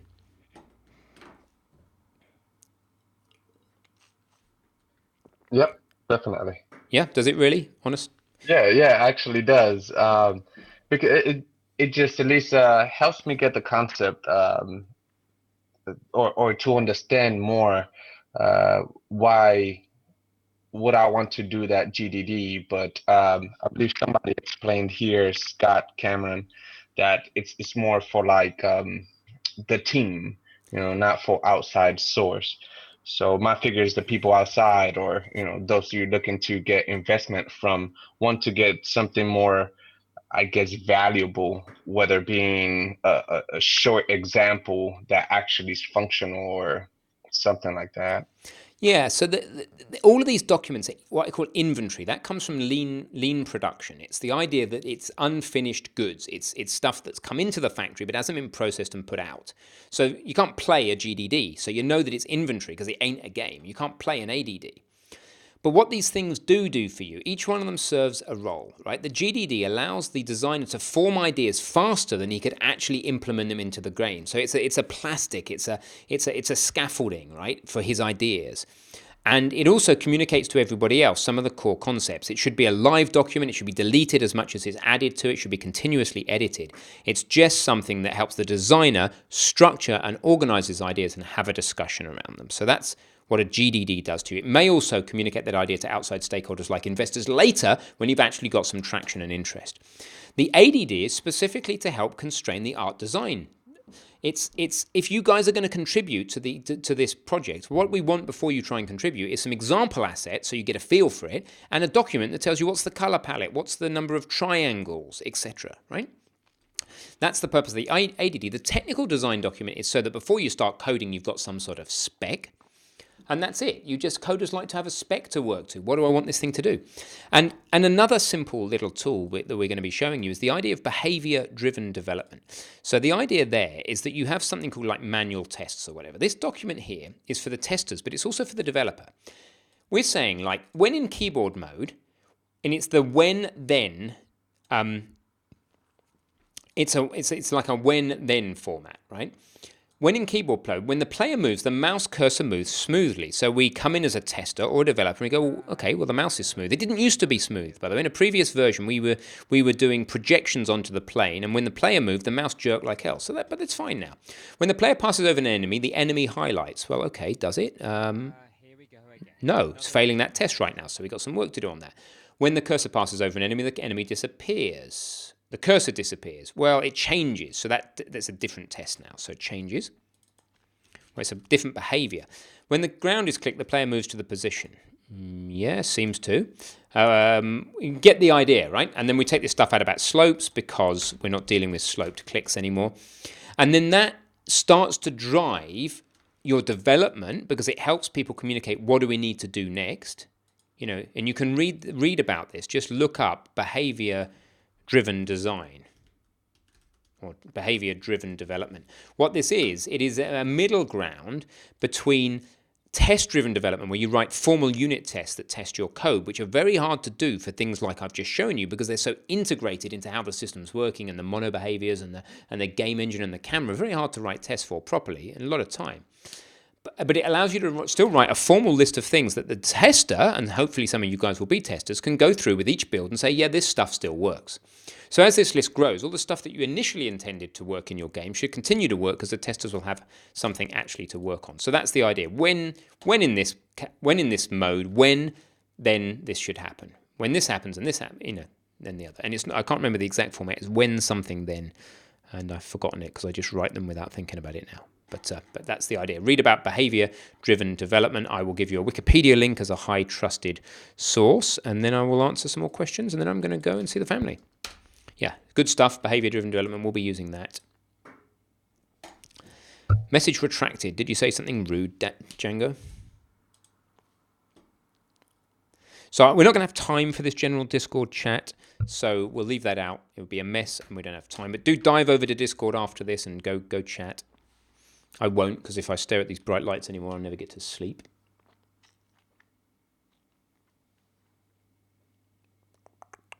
Skippity. Will there be anything regarding networking? No. Not in this course, Danny, because it's not a multiplayer game. But we are very aware as a community you all want network. So we're leaving some resource for Sam, almost certainly this year. I can't 100% promise it. But we're trying to get Sam and me to work on network from the ground properly, fundamentals upwards, step by step. We have a syllabus for networking, by the way. This has been discussed. We know pretty well the learning journey. When we do it, it'll be done in a really nice platform-independent, fundamental way. It's not this game.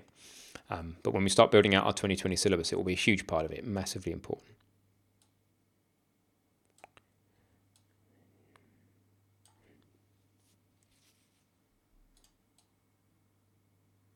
Yeah, learn the tech for tech's sake is fine, Christelle.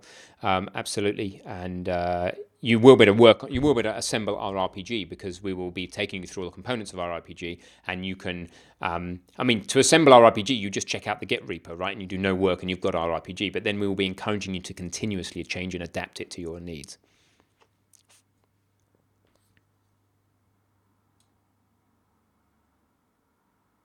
Yeah, so Daniel, yeah, you end up having to write these requirements docs for yourself. So if you are a tester, is this the sort of thing that the behaviors I just wrote you, are they the sort of thing that that help you test, when, you go into keyboard mode, whatever, click here, player should move. Is that the sort of stuff that you find useful?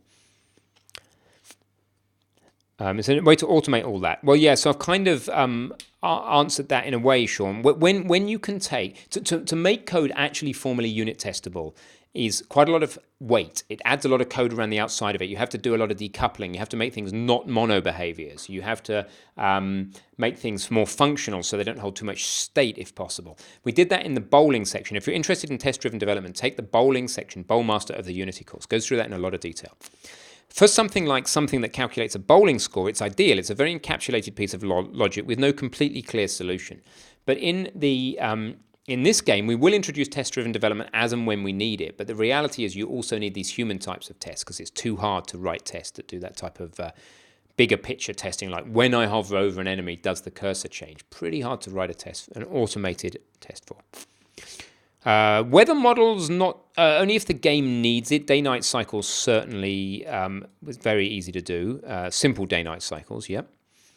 If you do networking, how about cloud hosting the game? Yeah, we'll get to all of that, Brian, when we get to networking. We'll take it from the very beginning about what it is, what are the different modes, synchronous, asynchronous, online, offline, real-time, and just take it through properly, because otherwise, if you don't have a good fundamental, it's a problem. How hard to go from first person to third person? Donald, good question. So trivial in one way. So look, this is how hard it is. There's the third person game.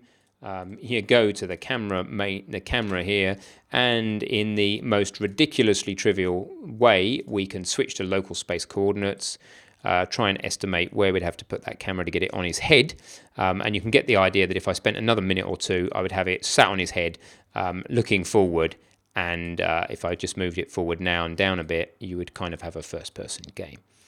Right, so we're now first person, right? In that we're first person from our viewpoint. Now, we're not a first person game because the control paradigm is not first person. The assets are not set up for first person. The combat's not set up for first person. The design of the game isn't first person. Yada, yada, yada. So both very easy and very hard. I hope that answers your question. It would usually be in the requirements, and then we'd look at the scenarios to achieve that, and they'll break them. Yeah, so Rick will be doing that, Daniel, writing all the requirements, etc. We're going to introduce concepts that will help with in-game home base building, simple kind in my potential. Home base building, as in our real-time strategy type stuff. Is that what you mean, Krill?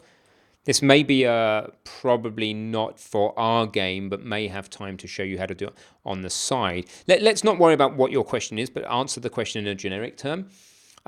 If you have a question like that, and we don't want to put it in the course, but it's kind of relevant and other people are interested, we'd probably do a quick poll, say who else wants to know about that sort of thing. And then if people do want to know, we'd probably try and get you unstuck to get it started. Go off, do your own stuff, start it, do as much as you can, come back for a code review, a live public code review or something, so that we can help you to integrate it. It depends on how many other people are interested in that feature as to whether we can help you with that. Editor extensions, yeah, as needed, yeah, sure. I mean, you can quite quickly end up with the need for editor extensions, right? So one example of that straight away would be the player, and then we have these sounds. But how about if we don't just want to take a sound, but we don't want them to be completely random? Maybe we want a weighting of 6 to Mikey, or 3 to Sam, or 2 to Toby to change the probabilities of them playing. Well, you could just put more elements in. You could just make the array larger and then start dragging in, Toby more times like this. But that sucks, right? It's okay for a few, but after a while that sucks badly. So, and why does it suck? Hopefully you guys know why that sucks. Then you'd need a custom editor extension to take 2 types in the same field there. And yeah, so that's the sort of thing, and we can get much more complicated with them if we need to. Deep look at how to create awesome particle systems. Rick is really keen, Dokis, on particle systems. You'll be glad to hear. So there will be plenty of that. He can't wait to play around with them. You don't want to make first-person version of Rust. You want to make first person of Rust, don't you? Yeah, no. Don't look at our art style. It's a placeholder art style. Returning to a village hub. Yes, I think we will probably have a hub and spoke model with a village. That's certainly very likely, Daniel. Simple base you can develop alongside your character. Probably not going to be doing base building in this game. So, I think I'm knackered. I think it is time to make the floor burn. I think it's time to start winding up, as it says at the bottom. So, thank you, firstly, for all being here tonight. It's been awesome. I'm going to close down the chat with Tony, Paul. Tony, Paul, thank you very much for actually being here. Paul, it's been fantastic to see you stare sideways all evening. But it's actually, in fairness, it's nice to have another face here. So even though you didn't say anything that I remember, or you don't have a microphone, or you don't have a voice, it's been really nice to at least have you with us. So Paul, if you could give us a wave out when the word finally goes through to you, then that will be that. Any dying last minute questions, please ask. I'm going to start winding things down. My plan, timing-wise, again, no point in asking you guys if it's a good time because you're here, so it must be a good time for you. But I think that I'm going to start to look at making this every 2 weeks, roughly at this time on a Friday. Quick feedback at the end. Hopefully Paul will wave out in a second. I would like to know what went well. Briefly first in the chat, what went well. And then I'd like to know after that what we could do better. Just one thing we could improve. So what improved this time is that the stream actually started on time, whereas last time we had technical errors for ages. Hopefully there are several things that are better. But what went well and what could be better?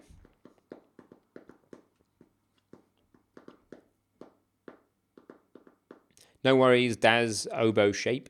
This stream is recorded and will end up on YouTube, I think, almost immediately.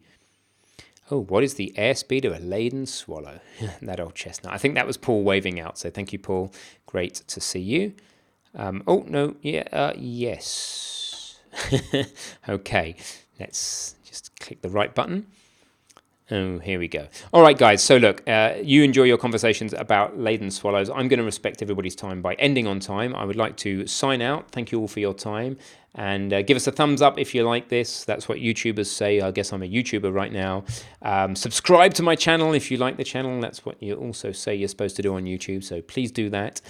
And look out for the stream for the next live stream, but it's probably going to be exactly the same time in 2 weeks. And we might go more often once I'm back from being away. Cool. Did we stay on topic? Sort of. All right, guys, take care, and lovely to see you all. Till next time. I need to find the button to stop this puppy. There it is. Stop streaming.